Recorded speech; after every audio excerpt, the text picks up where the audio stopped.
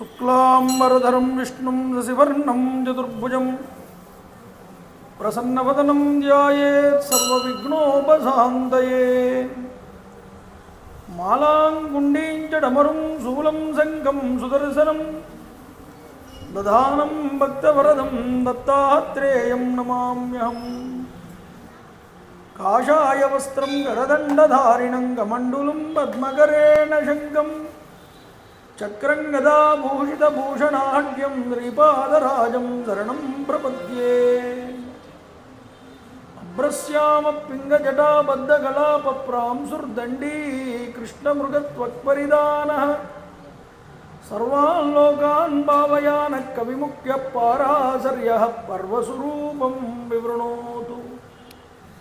ఛాయాయాం పారిజాతస్య హేమసింహాసనోపరి ఆసీనమంబుజశ్యామం ఆయదాక్షమలంకృతం చంద్రాననం చతుర్బాహుం శ్రీవత్సాంకితవక్షసం రుక్మిణీ సత్యభామాభ్యాం సహితం కృష్ణమాశ్రయే.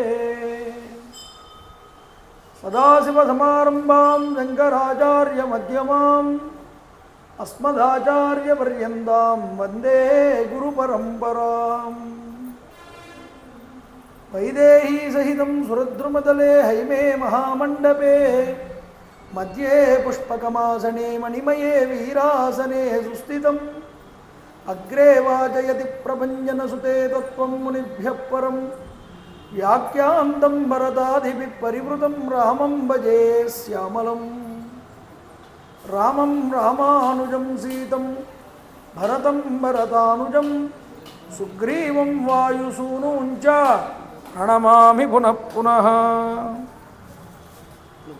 విమలపటి కమలకుటి పుస్తక రుద్రాక్షసస్తహస్తపుటి కామాక్షి పక్ష్మలాక్షి కలిత విపంచి విభాసి వైరించి మనోజవం మారుతతుల్యవేగం జితేంద్రియం బుద్ధిమతాం వరిష్టం వాతాత్మజం వానరయూధముఖ్యం శ్రీరామదూతం శిరసాన్నమామి. హరి ఓం. పరమేశ్వర స్వరూపమైన సభకు నమస్కారం. జవాయే నమః. రావణాది నిహంతారం బ్రహ్మరుద్రాదిసేవితం సీతాదేవీయుతం యౌద్ధే రామం ధ్యాయేత్ హృదంబుజే. నిన్నటి రోజు స్వామి హనుమ తన దివ్య పరాక్రమ వైభవముల చేత కొన్ని కోట్ల వానరాల యొక్క జీవితాల్ని నిలబెట్టాడు. ఇంద్రజిత్తు వేసినటువంటి బ్రహ్మాస్త్రాన్ని ఎవ్వరూ కూడా నిలవలేక శరీరాన్ని విడిచిపెడితే జాంబవంతుడి యొక్క మాటల ప్రేరణతో హిమవత్పర్వత ప్రాంతానికి వెళ్ళి స్వామి హనుమ మృత సంజీవని, విశల్యకరణి, సంధానకరణి, సౌవర్ణ్యకరణి అనేటటువంటి 4 ఔషధములు తీసుకువచ్చి పర్వతాన్ని పెకలించి ఆ ఔషధముల యొక్క సువాసనల వల్లే వాళ్ళందరూ కూడా మళ్ళీ లేచి కూర్చున్నారు, ప్రాణాలు దక్కించుకున్నారు. ఆర్తత్రాణపరాయణుడైనటువంటి ప్రభుసేవాపరాయణుడైనటువంటి వాడు స్వామి హనుమ. చూడండి,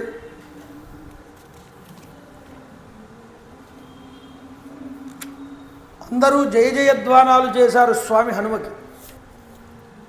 సుగ్రీవుడు వచ్చి సాక్షాత్తుగా కౌగిలించుకున్నాడు.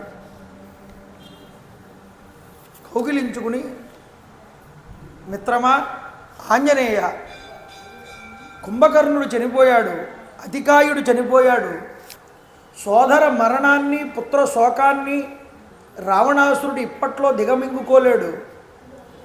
వాడు ఆ దుఃఖం నుంచి తేరుకునేటటువంటి లోపే మనం ఈ రాత్రినే మనం ఈ లంకా పట్టణాన్ని అంతటినీ కూడా ముట్టడించాలి అని హనుమకి చెప్పాడండి సుగ్రీవుడు.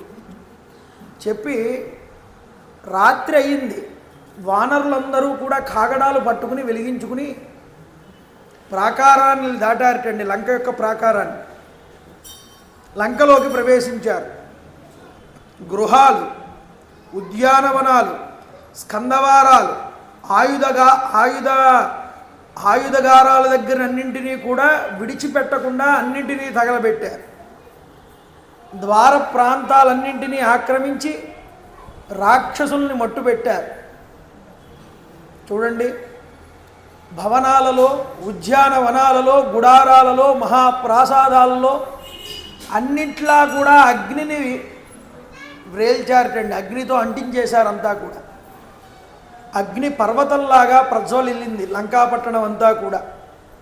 సౌదాలన్నీ కుప్పకూలిపోయేటటువంటి చొప్పుళ్ళు, గృహాలు పేలిపోతున్నటువంటి చొప్పుళ్ళు. రాక్షస స్త్రీలందరూ దీనారావాలు చేశారు, ఆహాకారాలు చేశారు. పట్టుకోండి, చంపండి అనే మాటలే వినిపిస్తున్నాయి అన్ని చోట్ల కూడా. పర్వత శిఖరాగ్రం మీద, త్రికూటాచల పర్వతం మీద ఆకాశాన్ని అంటుతోందా అన్నట్లుగా భాసిల్లేటటువంటి లంకాపట్టణం అగ్నికి హావుతైపోయింది. మంటలన్నీ కూడా సముద్రంలో కనిపిస్తున్నాయిటండి, ఆ వెలుగులన్నీ కూడా. చూడండి, రామచంద్ర ప్రభు ధనుష్టంకారం చేశారు. ధనుష్టంకారం చేసి తన బాణాల చేత గోపురాలన్నింటినీ కొట్టాట. బాణాలతో కొట్టడమే కాదు, లంకా ప్రాకారం అంతా కూడా తూట్లు పడిపోయింది రామచంద్ర ప్రభు యొక్క బాణముల యొక్క దాటికి. ప్రతి సౌధము కూడా బాణాల చేత నిండిపోయిందిటండి. సుగ్రీవుడి యొక్క ఆజ్ఞతో ఆ ద్వారాల దగ్గర అధిరోహించినటువంటి వానర వీరులందరూ కూడా రాక్షస సంహారం చేస్తున్నారు. ఎలాగా 10, 20, 25, 30 లెక్కబెట్టి మరీ చంపుతున్నారటండి రాక్షసులు. ఈ వానరులందరూ కూడా రాత్రికి రాత్రి లంక మీద దాడి చేశారు వానరులందరూ కూడా. రావణాసురుడికి ఈ విషయం తెలిసి క్రోధమూర్ధుడై కుంభకర్ణుడి యొక్క కుమారులైనటువంటి కుంభుడిని, నికుంభుడిని కూడా యుద్ధానికి పంపించాడు. నికుంభులిద్దరూ కూడా యుద్ధానికి వస్తూ ఉంటే వాళ్ళిద్దరితో పాటు యూపాక్ష, శోణితాక్ష, ప్రజంగ, కంపనులు అనేటటువంటి వాళ్ళు సేనాపతులుగా వెనక్కాల వచ్చారటండి. నికుంభులిద్దరికీ కూడా వానరులకి రాక్షసులకి మధ్య గొప్ప యుద్ధం జరిగింది. అంగదుడు కంపనుణ్ణి ఎదిరించి నిలబడ్డాటండి. ఒక గిరిశృంగం పెకలించి ఈ కంపనుణ్ణి ఒక్క దెబ్బ కొట్టాడు, చావు దెబ్బ. కంపనుడు మరణించాడు. కంపనుడు మరణించడం చూసినటువంటి శోణితాక్షుడు వెంటనే వాలిపుత్రుడి మీద బాణవర్షం కురిపించాట అంగదుడి మీద. అంగదుడు సాలవృక్షంతో ఒక పెద్ద సాలవృక్షాన్ని తీసి వాడి యొక్క శోణితాక్షుడి ధనస్సును విరగ్గొట్టాడు. శోణితాక్షుడికి అండగా యూపాక్షుడు, ప్రజంగుడు అనేటటువంటి రాక్షసులు ఇద్దరు వచ్చి యుద్ధం చేస్తున్నారట. ఇటు అంగదుడికి అండగా మైందుడు, ద్వివిధుడు అనేటటువంటి ఇద్దరు వానర వీరులు వచ్చి యుద్ధం చేస్తున్నారు. వాళ్ళ ముగ్గురికి యుద్ధం ఘోరంగా ప్రారంభమైంది. అంగదుడి యొక్క చేతిలో ప్రజంగుడు చనిపోయాడు. ద్వివిధుడి యొక్క దెబ్బకి యూపాక్షుడు కళ్ళు మూశాడు. మైందుడి యొక్క చేతిలో శోణితాక్షుడు మరణించాడు. ఇంత ఘోరమైనటువంటి యుద్ధంలో రాక్షసులు చనిపోవడం చూసి కుంభకర్ణుడి యొక్క కుమారుడైనటువంటి కుంభుడు అంగదుడి మీదకి దారుణంగా వెళ్ళి యుద్ధం చేస్తున్నట్టండి. అంగదుణ్ణి, మైందుణ్ణి, ద్వివిధుణ్ణి కూడా ఇబ్బంది పెడుతున్నాడు. ఇలా ఇబ్బంది పెడుతూ ఉంటే ఆ యొక్క కుంభుడు యొక్క ధాటికి తట్టుకోలేక వీళ్ళు చాలా ఇబ్బంది పడుతున్నారు. రామచంద్ర ప్రభు ఇది గమనించారు. గమనించి వెంటనే వీళ్ళని సహాయంగా జాంబవంతాది యోధులందరినీ కూడా పంపించాట రామచంద్ర ప్రభు. జాంబవంతుడు, సుషేనుడు, వేగదర్శి మొదలైన వాళ్ళందరూ బయలుదేరారు. జాంబవంతుడు కుంభుడి మీదకి వెళ్ళాట. కానీ కుంభుడికి ఎదురుగుండా నిలవలేకపోయాడు. దేవతలు ఇచ్చిన వరాల వల్ల, తన తండ్రి ప్రసాదించిన బల పౌరుషాల వల్ల కుంభుడు సింహంలాగా పోరాడాడు. కుంభుడికి నిజంగా వాళ్ళ తండ్రి కుంభకర్ణుడికి ఎంత శక్తి ఉందో వాడికి అంత శక్తి ఉంది. బ్రహ్మగారి వరాలు ఉన్నాయి. అందువల్ల జాంబవంతుడు కూడా ఏమీ చెయ్యలేకపోతే ఒక పక్క మైందుడు, ద్వివిధుడు, అంగదుడు కూడా పోరాడుతున్నారు. వీళ్ళ వల్ల అవ్వట్లేదని సాక్షాత్తుగా సుగ్రీవుడే వెళ్ళి పోరాటం మొదలుపెట్టాడు. రాజు యుద్ధంలోకి దిగాడు. వస్తూనే రథాశ్వాల్ని చంపాటండి. కుంభుడి చేతిలో ఉన్న ధనుర్బాణాలని నుగ్గు చేశాడు. వెంటనే వాడి ఆయుధాలు పడిపోయాయి, ధనస్సు పడిపోయింది, రథం విరిగిపోయింది. నేల మీదకి దూకి సుగ్రీవుడితో మల్ల యుద్ధం చేస్తున్నట్ట. ఈ కుంభుడు యుద్ధం చేస్తుంటే మదపుటేనుగులాగా పోరాడుతున్నారు ఇద్దరూ కూడా. పాదగట్టముల చేత భూమి కంపించిందన్నాడు వాల్మీకి. సముద్రం అల్లకల్లోలమైంది. సుగ్రీవుడు కుంభుణ్ణి ముద్ద చుట్టినట్టు చుట్టి అరచేతులతో పైకెత్తాట, గిరగిరా తిప్పి సముద్రంలోకి విసిరేశాట. ఆ రాత్రి సమయంలోనే జరిగింది యుద్ధం ఇదంతా. ఆ కుంభుడు సముద్రంలో పడిపోయినా మళ్ళీ ఆ సముద్రంలో నుంచి పైకొచ్చి సుగ్రీవుడి మీదకి మళ్ళీ యుద్ధానికి వచ్చాడు. చూడండి, రావడంతోనే సుగ్రీవుడి యొక్క వక్షస్థలంలో పొడిచాట కత్తి తీసుకుని. సుగ్రీవుడు పిడికిలి బిగించి వజ్రఖచ్చితమైనటువంటి చెయ్యి, అది సుగ్రీవుడి చెయ్యి, మామూలు చెయ్యి కాదు. ఆయన ఏం చేశాడంటే కుంభుడి యొక్క వక్షస్థలం మీద గట్టిగా కొట్టాడు. ఎప్పుడైతే అలా కొట్టాడో వాడు రక్తం కక్కుకుని కళ్ళంపట, చెవులంపట, ముక్కంపట ఆ కుంభుడు శరీరాన్ని విడిచిపెట్టేశాడు. ఈ కుంభుడు చనిపోవడాన్ని చూశాడు నికుంభుడు. ఈ నికుంభుడు విజృంభించాటండి. అప్పటికే కుంభుడితో యుద్ధం చేసి అలిసిపోయాడు సుగ్రీవుడు. సుగ్రీవుడికి కాస్త విశ్రాంతినిద్దామని స్వామి హనుమ సాక్షాత్తుగా ఆయన యుద్ధంలోకి దిగారు నికుంభుడితో యుద్ధం జరుగుతోంది. అయితే ఆంజనేయ స్వామి వారు ఆ సర్వాయుధాలతో వస్తున్నటువంటి నికుంభుణ్ణి తన చేతులతోనే పీడించాట.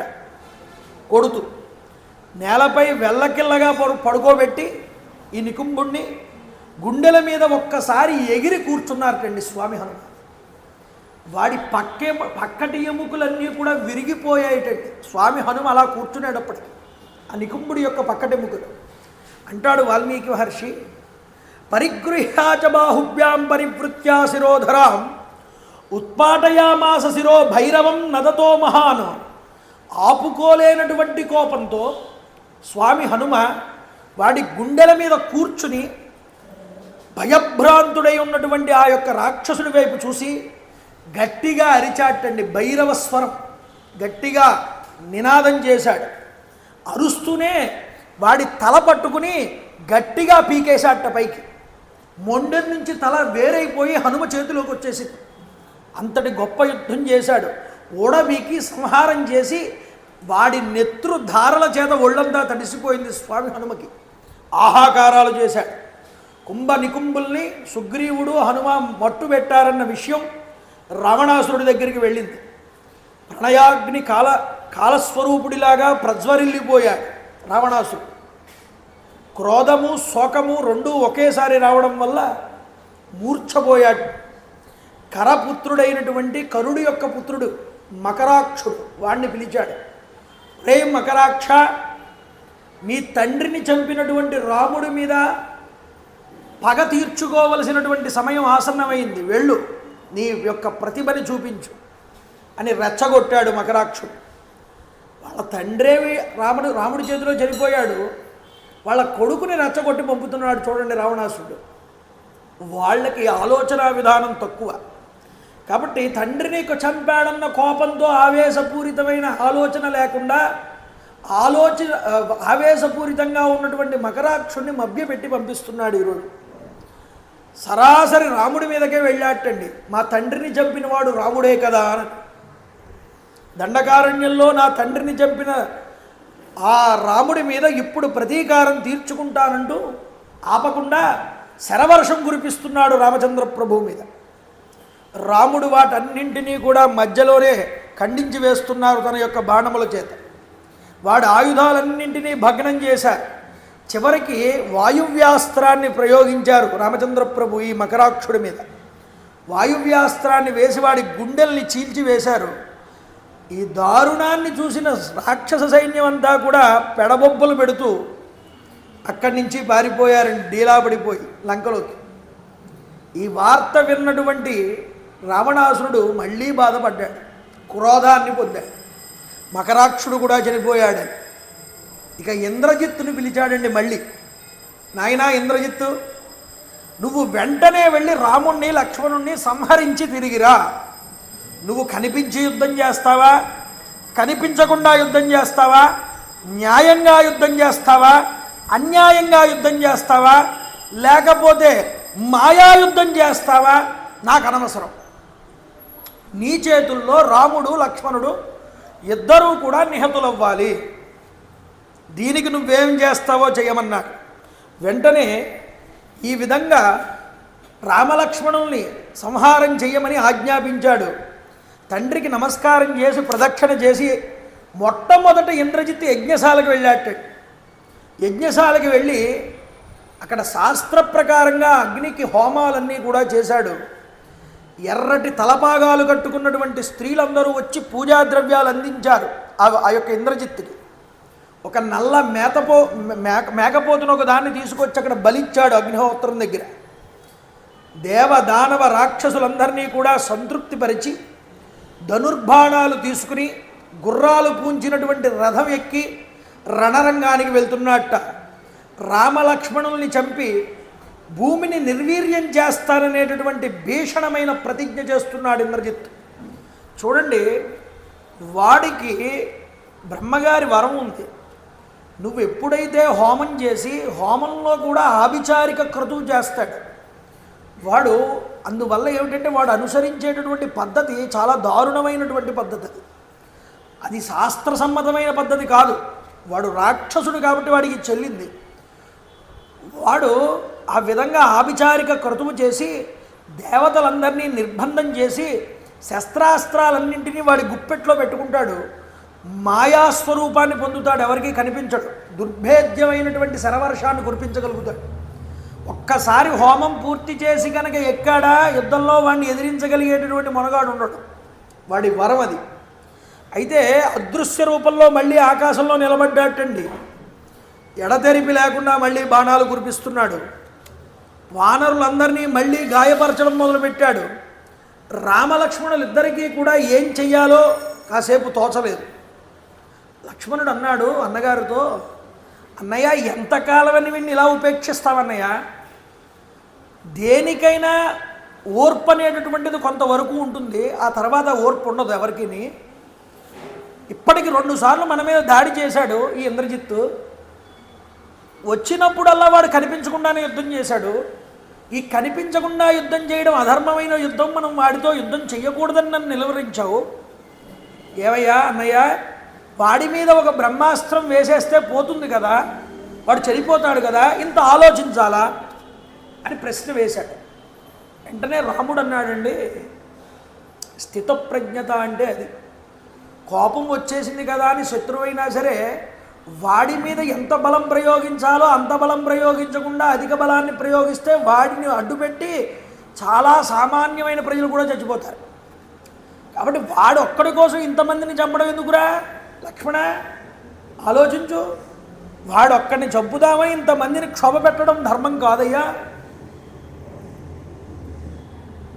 యుద్ధం చెయ్యని వాడిని, ప్రచ్ఛన్నంగా కనిపించకుండా ఉన్నవాడిని, శరణు వేడిన వాడిని, నమస్కరించేవాడిని, పారిపోతున్న వాడిని, ప్రమత్తుడై ఉన్నటువంటి వాడిని, అంటే స్పృహలో లేనటువంటి వాడిని చంపడం నీ వంటి వీరులకు తగనటువంటిది. లక్ష్మణ, ఇది గుర్తుపెట్టుకో. అయుధ్యమానం ప్రచ్ఛన్నం ప్రాంజలిం శరణాగతం పలాయంతం ప్రమత్తం వా నత్వం హంతుమిహర్హసి. వీళ్ళని మనం చంపకూడదన్నా, వాళ్ళ మీద అస్త్రప్రయోగాలు చేయకూడదన్నా. అయినా వీడు నాకు దొరుకుతాడు, వీడు ఎంత మాయా యుద్ధం చేసినా, వీడు ఎక్కడ దాక్కున్నా వీడి దగ్గరికి వెళ్ళి వీడిని సంహారం చేయగలిగేటటువంటి అస్త్రాన్ని నేను ప్రయోగిస్తాను, నువ్వు కంగారు పడకు లక్ష్మణ అని లక్ష్మణుణ్ణి వారించాడు. వానర యూద ముఖ్యులతో అందరితో కలిసి రాముడు వేచి చూస్తున్నాడు, కంగారు పడలేదు. రాముడు ఇది వరకుట్లాగా శరీరం అప్పగించట్లేదు, వీళ్ళందరినీ కూడా పోగేసుకుని ఏదో ఆలోచిస్తున్నాడు. ఈ ఆలోచన చేస్తున్నాడంటే ఖచ్చితంగా అతను కూడా ఏదో ఒక ప్రయోగాన్ని చేయడానికి సన్నద్ధపడుతున్నాడు నా మీద. ఇప్పుడు నా మాయాయుద్ధాన్ని ప్రయోగించాలి, కొంత వీళ్ళని శత్రువుల్ని దెబ్బతీయాలి నా మాయ చేత అనుకున్నాడు ఆ యొక్క ఇంద్రజిత్తు. ఒక్కసారి ఆ రణరంగాన్ని విడిచిపెట్టి వెళ్ళిపోయాడు వెనక్కి. వెళ్ళిపోయి రాక్షస సైన్యం కూడా వెనక్కి వెళ్ళిపోయింది. ఆలోచించి పశ్చిమ ద్వారంలోకి వెళ్ళాట. వెళ్ళి అక్కడ కాసేపటి తర్వాత మళ్ళీ అదే పశ్చిమ ద్వారం గుండా బయటకు వస్తున్నాడు. చూడండి, రామలక్ష్మణులు ఇద్దరూ కూడా ఈ యొక్క ఎక్కడి నుంచి వస్తాడు మళ్ళీ ఈ యొక్క ఇంద్రజిత్తని ఎదురు చూస్తున్నారు. వాడు పశ్చిమం వైపు నుంచి వస్తూనే రామలక్ష్మణుల్ని చూశాడు. తప్పించుకుని వేగంగా రామచంద్ర ప్రభువు మీదకి లక్ష్మణస్వామి మీదకి వస్తూ ఉంటే వానర సైన్యం అంతా కూడా మీద పడింది ఈ విభీషణుడి మీద. స్వామి హనుమ వస్తున్నవాడు విభీషణుడే అని తెలుసుకుని ఒక పెద్ద పర్వత శిఖరాన్ని చేతిలోకి తీసుకుని పరిగెత్తుకుంటూ వస్తున్నారు వాడి మీద వేయడానికి. ఈలోపు రథంలో నుంచి జుట్టు పట్టుకుని ఒక సీతాదేవిని ఎదురుగుండా తీసుకొచ్చి చూపించాడు ఇంద్రజిత్. దగ్గరికి పరిగెత్తుకుంటూ వస్తున్నటువంటి హనుమకి ఆ స్త్రీ ఎవరో దూరం నుంచి కనిపించలేదు సరిగ్గా.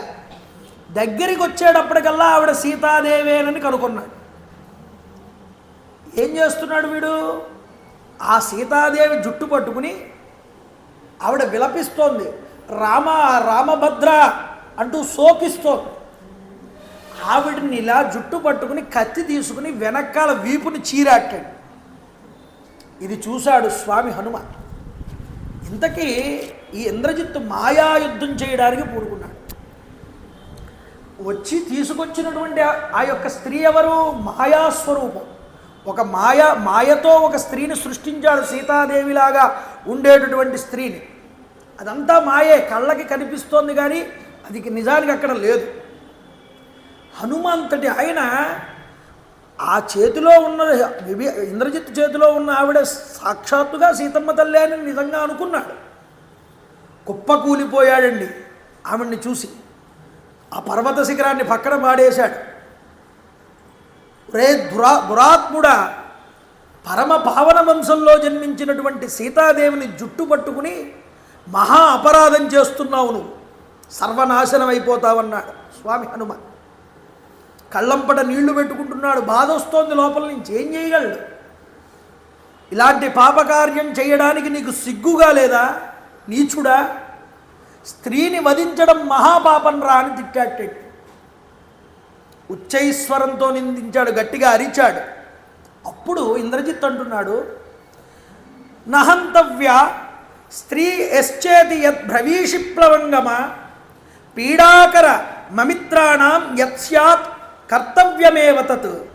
ఓ వానర హనుమ, నువ్వు సుగ్రీవుడు లక్ష్మణుడు అందరూ ఎందుకోసమైతే ఇక్కడికి వచ్చారో మీరందరూ కూడా, ఆ సీత ఇదిగో ఇక్కడే మీ కళ్ళెదురుటే ఇక్కడే ఉంది. మీరందరూ చూస్తూ ఉండగానే ఈ సీతని నేను సంహారం చేస్తాను. ఈవిడ్ని సంహారం చేసిన తర్వాత మిమ్మల్ని అందరినీ సంహారం చేస్తాను. స్త్రీలను చంపకూడదు, పాపం చుట్టుకుంటుంది, ఇలాంటి నీతి వాక్యాలన్నీ నువ్వు నాకు చెప్పక్కర్లేదన్నాడు. ఎందుకుట?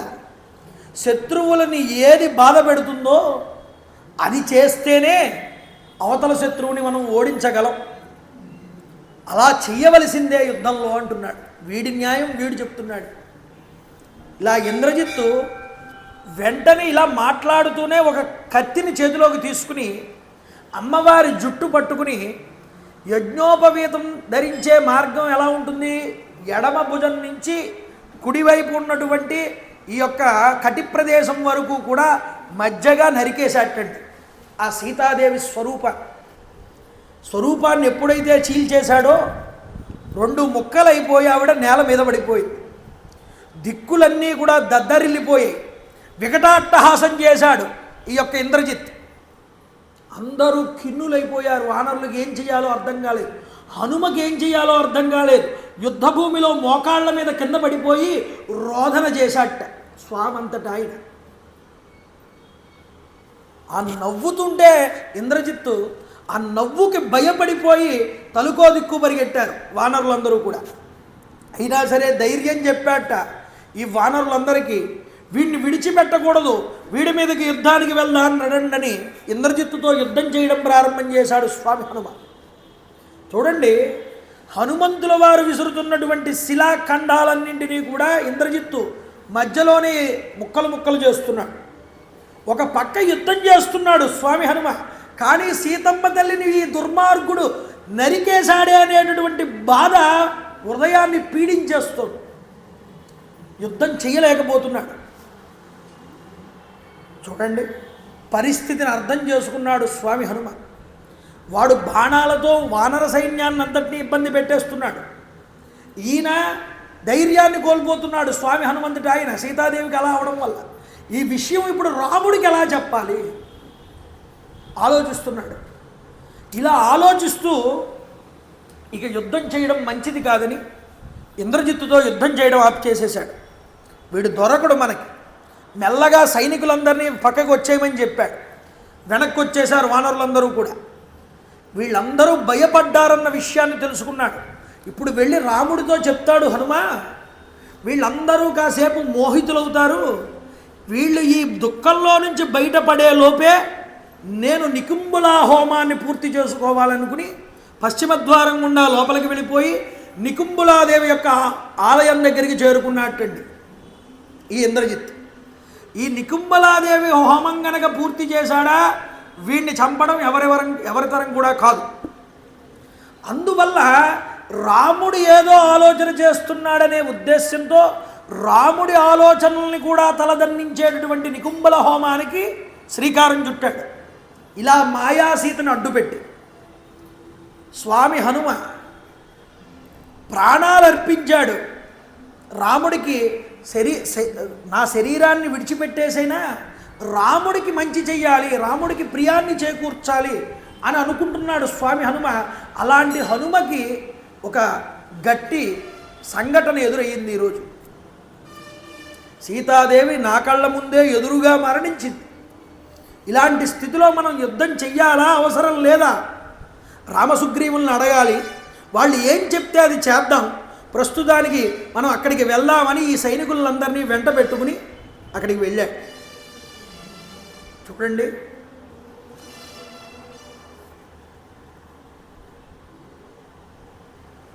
ఆంజనేయుడు దుఃఖ పర్యాకులేక్షణుడై ఇంద్రజిత్తు చేతిలో సీతాదేవి హతురాలయ్యిందన్న సంగతి ఎలా చెప్పాలా స్వామికి అని చెప్పలేక విషయాన్నంతటినీ రామచంద్ర ప్రభువుకి చెప్పాడు. ఈ మాట వినగానే హనుమ నోటి నుంచి రామచంద్ర ప్రభు అంతటి ఆయన మూర్ఛిల్లిపోయి పడిపోయేట భూమి మీద. లక్ష్మణస్వామి అన్నగారి దగ్గరికి వచ్చి అన్నగారిని లేవదీసి ఒళ్ళో కూర్చోబెట్టుకుని ఒడిలో తలపెట్టి పడుకోబెట్టాడు. చూడండి, ఓదార్చాడు. ధర్మానికి చావు లేదన్నాడు, సత్యపరాక్రమానికి అపజయం ఎప్పుడూ లేదన్నయ్యా అని చెప్పాడు. సరావణ సరాక్షసంగా లంకాపట్టణాన్ని ఇప్పుడైనా బాణం చేత దగ్ధం చేస్తానన్నయ్యా, నువ్వు దుఃఖించద్దన్నాడు. ఇంత చెప్తున్నా సరే రామచంద్ర ప్రభు దుఃఖం నుండి బయటపడలేదు. అంతలో మరో దిక్కున సైన్యాన్నంతటినీ మోహరింపజేసుకుని నలుగురు సచివులతో మంత్రులతో కూడా కలిసి గదను పట్టుకుని విభీషణుడు వస్తున్నాడు. ఏమిటి అందరూ యుద్ధం చేయకుండా ఇక్కడ బాధపడుతున్నారు ఏమిటి, రామచంద్ర ప్రభు అలా లక్ష్మణుడి ఒళ్ళో పడుకుని ఉన్నాడు ఏమిటి అని కంగారుగా పరిగెత్తుకుంటూ వచ్చాడు విభీషణుడు. రాగానే, అయ్యా ఏం జరిగింది, వానరులంతా దీనవదలాలతో కనిపిస్తున్నారు, అన్నగారిని ఒళ్ళో పెట్టుకుని లక్ష్మణుడు విలపిస్తున్నాడు, ప్రభువు స్పృహ కోల్పోయాడు, ఇదంతా ఏమిటో అర్థం కాలేదు, ఏమిటయ్యా ఇదంతానని లక్ష్మణుడిని అడిగాడు. అప్పుడు విభీషణ, ఇంద్రజిత్తు ఖడ్గంతో సీతాదేవిని నా కళ్ళెదుటే సంహరించాడని హనుమంతుడు చెప్పాడయ్యా. ఈ మాట చెప్పగానే రామచంద్ర ప్రభు మూర్ఛపోయారు అని లక్ష్మణుడు సమాధానం చెప్పాడు. ముక్కు మీద వేలేసుకున్నట్టండి ఆ యొక్క విభీషణుడు ఆశ్చర్యపోయాడు. అప్పుడు రామలక్ష్మణులు ఇద్దరితో కూడా చెప్తున్నాడు, ఓ లక్ష్మణ, ఓ రామ, మీకొక్క విషయం చెప్తాను వినండి. సీతాదేవిని ఇంద్రజిత్తు చంపాడని మీరు అంటున్నారు, కానీ సీతాదేవి యొక్క విషయంలో రావణాసురుడు ఎలా ఆలోచిస్తాడో మీకు తెలుసా? నేను చెప్తాను వినమన్నాడు. సీతాదేవి పట్ల రావణాసురుడి యొక్క అభిప్రాయం అనేటటువంటిది నాకు బాగా తెలుసు. పరపురుషుడు ఎవరైనా ఆమెను చూస్తాడేమోనని అశోకవనంలో ఆవిడ్ని పెట్టి మగ వాసన అనేటటువంటిది అటువైపు వెళ్లకుండా జాగ్రత్త పడుతున్నాడు ఆ రావణాసురుడు. అంతేకాదు సీతాదేవిని రామచంద్ర ప్రభువుకి అప్పగించమని చెప్పి మేము ఎంతగా చెప్పినా సరే రావణాసురుడు వినిపించుకోలేదు. సర్వరాక్షసులు నశించిపోయినా సరే సీతని మాత్రం విడిచిపెట్టనని చెప్పి చాలాసార్లు అన్నాడు. యుద్ధానికి కూడా దిగాడు, ఇంతమందిని పోగొట్టుకున్నాడు, ఇంత రాక్షస సంహారం జరిగింది, అయినా సీతాదేవిని వాడు విడిచిపెట్టడానికి ఇష్టపడడు. ఇది రావణాసురుడి యొక్క బుద్ధి. అలాంటిది ఇప్పుడు సీతాదేవిని సంహరింపజేశాడు అంటే ఇదంతా ఒక పెద్ద మాయయ్యా. ఇది ఇంద్రజిత్తు మీ దగ్గర చేసినటువంటి ఒక పెద్ద మాయ. గుర్తుపెట్టుకోండి, ఇంద్రజిత్తు ఈ మాయాసీతని కల్పించి మీ అందరినీ కూడా యుద్ధ విముఖుల్ని చేశాడు. ఇప్పుడు నికుంభల దగ్గరికి ప్రవేశించాడు. ఈ పాటికి మహాహోమం ప్రారంభం చేసుంటాడు. నిర్విఘ్నంగా వాడు కనుక ఈ హోమం కనుక పూర్తి చేస్తే మనందరము కూడా చనిపోయినట్లే. అలాంటి దివ్యశక్తులన్నీ కూడా వాడికి వచ్చి చేరతాయి. ఈ నికుంభల హోమం ఒక్కటి పూర్తి చేశాడంటే చాలు. కాబట్టి గుర్తుపెట్టుకోండి, హోమం పరిసమాప్తి కాకముందే మనం వెళ్ళి వాడిని ఆపాలి. లక్ష్మణ త్వరపడవయ్యా, ఇది నీ వల్లే సాధ్యమన్నాడు విభీషణుడు. ఇంద్రజిత్తుకు బ్రహ్మగారిచ్చినటువంటి వరం ఒకటి ఉంది. ఏమిటా వరం? నికుంభలా హోమం గనక చేసేటప్పుడు ఇంద్రజిత్తు ఆ హోమాన్ని ఎవరైతే విఘ్నం చేసి అతన్ని ఎదిరిస్తాడో అతడి చేతిలోనే ఇంద్రజిత్తు మరణిస్తాడు. కాబట్టి వాడు నికుంభలా హోమం పూర్తి చేయకుండా నువ్వే అడ్డుకోవాలి, నువ్వే విఘ్నాన్ని కల్పించాలి. అప్పుడు బ్రహ్మదేవుడు చెప్పిన మాటని నువ్వు నిజం చెయ్యాలి అని చెప్పాడు. చూడండి, కాబట్టి రామ లక్ష్మణుణ్ణి నా వెంటనే పంపించు, నికుంభలకు వెళ్ళి ఇంద్రజిత్తును సంహరిస్తాడు. ఇంద్రజిత్తు సంహరించబడితే చాలయ్యా, రావణాసురుడు సంహరించబడినట్టే. అసలైనటువంటి వాడి సైన్యం అంతా కూడా నాశనమైనట్టే లెక్క, ఒక్క ఇంద్రజిత్తు చనిపోతే. ఈ ఉపదేశం చెయ్యగానే విభీషణుడు ధైర్యం తెచ్చుకున్నాడు. రామచంద్ర ప్రభు లక్ష్మణుణ్ణి ఇచ్చాడు, విభీషణుడితో పంపించాడు. మహాసైన్య సమేతంగా వానరులను వెంపట పెట్టుకుని ధనుష్టంగారం చేస్తూ లక్ష్మణస్వామి హనుమ, అంగద, సుషేణ, జాంబవంతాది ప్రభూతులందరినీ కూడా వెంట పెట్టుకుని తీసుకువెళ్తున్నాడు. ఆ నికుంభల పశ్చిమ ద్వారం దగ్గరికి చాలా దూరం వేగంగా నడుచుకుంటూ వెళ్ళారటండి ఈ సైన్యం అంతా కూడా. వెళ్ళి వ్యూహరచనతో ఉన్నారట, నిలిచి రాక్షసులందరూ కూడా అడ్డంగా చుట్టూరా చేరున్నారు ఆ హోమశాలకి. ఆ యొక్క ఇంద్రజిత్ కనిపించకుండా ఉండడానికి, ఎవరైనా శత్రువులు వస్తే వాళ్ళ మీద దాడి చేయడానికి సిద్ధంగా ఉన్నారు రాక్షసులు. చూడండి, ఆ రాక్షస మహాసైన్యాన్ని చూశారు లక్ష్మణుడు, విభీషణుడు మొదలైన వాళ్ళందరూ కూడా. విభీషణుడు అన్నాడు, లక్ష్మణ, నీలమేఘాల వలె ఆవరించి ఉన్నటువంటి వ్యూహంతో నిలుచున్న రాక్షస సేనను చూడవయ్యా, అదిగో దీనిని నువ్వు త్వరగా భేదించాలి. ఈ రాక్షస సైన్యాన్ని భేదించి హోమం చేస్తున్నటువంటి ఇంద్రజిత్తు నీకు కనిపిస్తాడు. అప్పుడు మనం చొచ్చుకుని ఆ యొక్క సైన్యం మధ్యలోకి చొచ్చుకుని వెళ్దాం.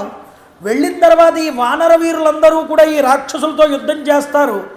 ఆ సమయంలో నువ్వు హోమానికి విఘ్నం కల్పించి ఆ యొక్క ఇంద్రజిత్తుని రెచ్చగొట్టి యుద్ధంలోకి తీసుకురా, హోమం చేయనివ్వకుండా. ఇప్పుడు మనం చేయవలసిన పని అదన్నాడు విభీషణుడు.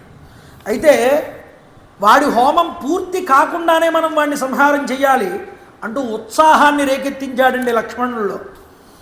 ఆ క్షణంలోనే లక్ష్మణుడు బాణవర్షం కురిపించాడు రాక్షసుల మీద.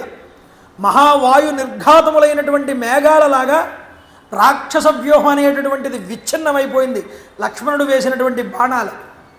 ఇక వాళ్ళు ఎప్పుడైతే విచ్ఛిన్నమయ్యారో వాళ్ళ పని పట్టడానికి, రాక్షస సైన్యం పని పట్టడానికి స్వామి హనుమ, అంగదుడు, జాంబవంతుడు, సుషేనుడు అందరూ కూడా వెళ్ళి తలపడుతున్నారు. ఈ రాక్షసులందరితో కూడా విజృంభించి యుద్ధం చేస్తున్నారు. శైల శిఖరాలని, వృక్షాలని పీక్కుని వచ్చి ప్రచండంగా రాక్షసులందరినీ సంహారం చేస్తున్నారు. భయంకరంగా చెలరేగింది రణధ్వని. ఇంద్రజిత్తు కళ్ళు తెరిచి చూశాటండి ఈ శబ్దాలకి. చూడగానే రాక్షస సంహారం జరుగుతోందని విన్నాడు. స్వమనీకం విషణ్ణం తూ శ్రుత్వా శత్రుభిరద్దితం ఉదతిష్టత దుర్దర్శ తత్కర్మణ్య అనుష్ఠితే. తన సేన విషాద స్థితికి చేరుకుంటోంది, అందరూ చనిపోతున్నారు అన్న విషయాన్ని గ్రహించి హోమం పూర్తి చేయకుండానే లేచాటండి యుద్ధంలో. ఆ యొక్క హోమంలోంచి పైకి లేచాడు. విభీషణుడు అన్నాడు లక్ష్మణుడితో, మనకి కావాల్సింది ఇదేనయ్యా, వాడు హోమం పూర్తవకుండా లేచాడు, ఇక వాడిని విడిచిపెట్టద్దు అన్నాడు. హోమశాలలో నుంచి లేచి వస్తూనే మొట్టమొదట హనుమంతుడిని చూశాటండి ఇంద్రజిత్. హనుమంతుడి మీద బాణవర్షం కురిపించాడు. హనుమంతుల వారికి ఈ యొక్క ఇంద్రజిత్తుకి ఘోరంగా యుద్ధం జరుగుతోంది. ఇలా వాళ్ళిద్దరికీ యుద్ధం జరుగుతూ ఉండగా విభీషణుడు చూసి, లక్ష్మణ అదిగోనయ్యా ఇంద్రజిత్తు హనుమంతుడితో యుద్ధం చేస్తున్నాడు, ఇదే తగినటువంటి సమయం, బాణాలతో విరుచుకుపడు వెళ్ళి ఇంద్రజిత్తు మీద అన్నాడు. ఇలా అంటుంటే అతన్ని సంహరించమని ప్రోత్సహించాడు. లక్ష్మణుడు ధనుష్టంకారం చేశాటండి. ధనుష్టంకారం చేసి, వానరాలతో కాదురా యుద్ధం, ఒరే ఇంద్రజిత్ నీకేదైనా సాహసం ఉంటే ధైర్యం ఉంటే దా నాతో యుద్ధానికి దిగమన్నాడు. హనుమంతుల వారిని విడిచిపెట్టి ఇంద్రజిత్తు లక్ష్మణుడు వైపు తిరిగాటండి. చూడండి, వాళ్ళిద్దరి మధ్య కూడా యుద్ధం ప్రారంభమైంది. లక్ష్మణుడు ధనుష్టంకారం చేసి గొప్పదైనటువంటి యుద్ధం చేస్తూ ఉండగా లక్ష్మణుడికి పక్కనే ఉన్నటువంటి విభీషణుడి కేసి చూశాటండి ఇంద్రజిత్. ఇంద్రజిత్తు చూస్తూ ఉంటే ఆ బాబాయ్ పినతండ్రిని చూడగానే ఒక్కసారి కోపం, ఉద్విగ్నత కలిగింది.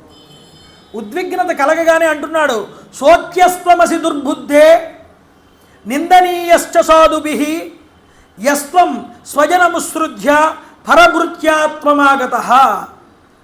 ఏమయ్యా విభీషణ, నా తండ్రికి నువ్వు సాక్షాత్తుగా తమ్ముడివి, నాకు పినతండ్రివి, ఒక కుమారుడి పట్ల ఇంత ద్రోహం గనక నువ్వు చేస్తావా?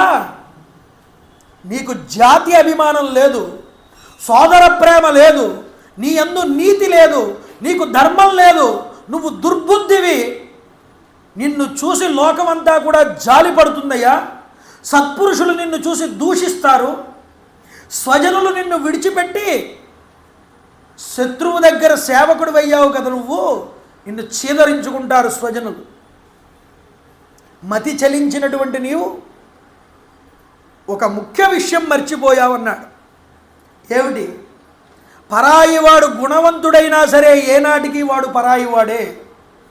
విభీషణ గుర్తుపెట్టుకో, గుణవాన్ వా పరజన స్వజనో నిర్గుణో అపివా నిర్గుణ స్వజన శ్రేయాన్ య పరపర ఏవ సహ య స్వపక్షం పరిత్యజ్య పరపక్షం నిషేవతే స్వపక్షే క్షయం ప్రాప్తే పశ్చాత్ తైరేవ హస్యతే. పినతండ్రి గుర్తుపెట్టుకోనికి చెప్తున్నాను, స్వజనుడు మనవాడు అనుకున్నవాడు గుణాలు లేనివాడైనా అతడు సేవించదగినటువంటి వాడే. మనవాడు ఎప్పుడూ కూడా మనవాడేనయ్యా. స్వపక్షాన్ని విడిచిపెట్టి పరపక్షాన్ని సేవించిన వాడు ఎప్పటికైనా కూడా స్వపక్షం నాశనం అయిపోయిన తరువాత పరపక్షం వాడి చేతిలో వాడు కూడా సంహరించబడతాడు. కాబట్టి నువ్వు గుర్తుపెట్టుకో ఈ విషయాన్ని. ఇంద్రజిత్ ఈ విధంగా తిడుతూ ఉంటే విభీషణుడిని ఊరుకోలేకపోయాట. విభీషణుడు ఆయన అంటున్నాడు, రే రాక్షసాదమా, నా అనుభవం అంత వయస్సు లేదురా నీకు, నువ్వు నన్ను నా గురించి ధర్మం చెప్తున్నావు. నువ్వు ఆ రోజు సభలో మీ తండ్రికి నేను ఎంత ధర్మం చెప్పాను విన్నాడా? నువ్వు అనకూడని మాటలన్నీ మాట్లాడావు. నా శీలం నా స్వభావం తెలియకుండా ఈరోజు నువ్వు మాటలన్నీ మాట్లాడుతున్నావు అన్నాడు విభీషణుడు.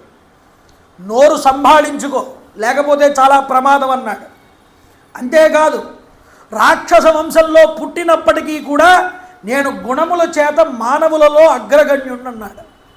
చూడండి, కులే యద్యాప్యహం జాతో రాక్షసాం క్రూరకర్మణ గుణే అయం ప్రథమో నృణాం తస్మే శీలమరాక్షసం. రాక్షసుడి కింద నేను పుట్టినా నేను రాక్షసుడిని కాదు. మానవులలో సకల గుణాలకి కలిగినటువంటి వాడి గుణాలు ఎలా ఉంటాయో అలాంటి గుణాలు కలిగిన వాడిని అన్నాడు.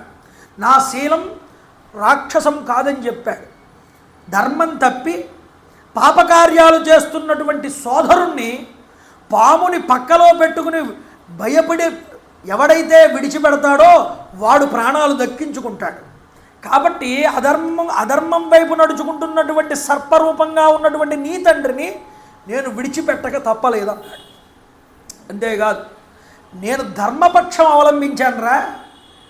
పరులని హింసించడం కానీ, పరాయి స్త్రీలను ఎత్తుకుని రావడం కానీ, పరదారుల్ని చెరబట్టడం కానీ, ఇలాంటి దుర్గుణాలే నా సోదరుడి నీ తండ్రి యొక్క జీవితాన్ని నాశనం చేసాయి, వినాశనాన్ని తీసుకొచ్చాయి. ఈరోజు మేఘాలు పర్వతాన్ని కప్పివేసినట్లు ఆ దుర్గుణాలన్నీ కూడా నీ తండ్రిని కప్పివేశాయిరా. వాడికి మంచేమిటో చెడేమిటో మీ తండ్రికి తెలియట్లేదు. ఏతే దోషామమ భ్రాతు జీవితైశ్వర్యనాశన గుణాన్ ప్రచ్ఛాదయామాసు పర్వతానివతో యథా. వాడి జీవితాన్ని పాడు చేసుకుంటున్నాడు వాడి యొక్క పరదారా పరిగ్రహణం అనేటటువంటి చర్యల వల్ల. అందుకే వాడు నాకు సోదరుడైనా సరే విడిచిపెట్టాను.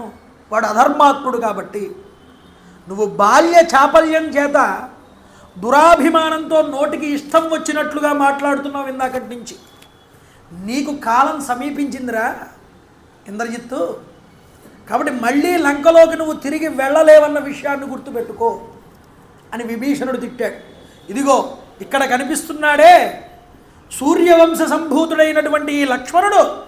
ఇతడి యొక్క బాణముల యొక్క దెబ్బలకి నువ్వు తప్పించుకోలేవు. ఈరోజు చేతనైతే ఎదిరించి బలపరాక్రమాల్ని చూపించి నీ బలపరాక్రమాన్ని ఈ విధంగా రెచ్చగొట్టాడండి ఇంద్రజిత్తుని. ఎప్పుడైతే రెచ్చగొట్టాడో విభీషణుడు చేసిన ఈ ప్రసంగం అంతా కూడా క్రోధాగ్ని జ్వాలల్ని రేకెత్తించే ఇంద్రజిత్తులో. ఎక్కడా లక్ష్మణుడు అంటూ ధనుష్టంకారం చేశాడు. ఈలోపు హనుమంతుల వారి యొక్క భుజాల మీద కూర్చున్నాడండి లక్ష్మణస్వామి. బాణాలతో సిద్ధంగా ఉన్నాడు ధనస్సుతో. చూడండి, ఉదయ పర్వతం మీద రవిబింబంలాగా ప్రకాశిస్తున్నట్టు లక్ష్మణస్వామి. పరుష వాక్కులతో ఇద్దరు ఒకరిని ఒకరు తిట్టుకున్నారు. విభీషణుడు, ఆ యొక్క ఇంద్రజిత్తు, లక్ష్మణస్వామి. ఒరే రాక్షసాదమ, ఏదో రాత్రిపూట అదృశ్యమై ఎవరికీ కనిపించకుండా మాయాయుద్ధం చేయడం కాదురా, అది దొంగల పద్ధతి, మహావీరుల యొక్క పద్ధతి అది కాదు. నీకేదైనా దొమ్మలుంటే నీకు చేతనైతే నా ఎదురుగుండా కనిపిస్తూ యుద్ధం చేయి. అప్పుడు నా నేర్పేవిటో నీ నేర్పేవిటో తెలుస్తుందన్నాడు. చూడండి, ఇలా లక్ష్మణుడు అంటూనే తీక్ష్ణమైన బాణాలన్నీ వదిలేటాడు. వెంటనే ఇంద్రజిత్ అంటున్నాడు, లక్ష్మణ, ఈరోజు నక్కలు కుక్కలు నీ శవాన్ని పీక్కు తింటాయి. క్షత్రబద్ధమైనటువంటి నీ అన్నగారైనటువంటి రాముడు కళ్ళారా నీ కళేబరాన్ని చూస్తాడు, కాసుకో అని ఇంద్రజిత్ అంటున్నాడు. ఇద్దరు అలా మాటలు ప్రతి మాటలు ఇచ్చుకుంటున్నారు, ప్రతి బాణాలు విసురుకుంటున్నారు, సమ ఉజ్జీగా పోరాడుకుంటున్నారండి. ఆ మహావీరుల యొక్క శర సమూహంతో ఆకాశం అంతా కూడా కప్పిపోయిందిటండి. ప్రయోగిస్తున్నటువంటి అస్త్రాల యొక్క శక్తికి భూనభోత్తరాలన్నీ కూడా కంపించిపోయాయిట. సముద్రాలు ఘోషించాయిట. సర్పగారుడ, ఆగ్నేయ, వారుణ అస్త్రాలన్నింటినీ కూడా ప్రయోగించుకుంటున్నారు ఒకళ్ళకొకళ్ళు. ఒక దశలో ఇంద్రజిత్తు ముఖం అంతా కూడా వివర్ణమైపోయింది, పాలిపోయినట్టుగా అయిపోయింది. ఇది అపశకునం అన్నాడు వాల్మీకి. అయితే వెంటనే లక్ష్మణుడు అగ్నిశిఖల వంటి బాణాలన్నింటినీ కూడా సర్ప బాణాలని ప్రయోగించాట ఇంద్రజిత్తు మీద.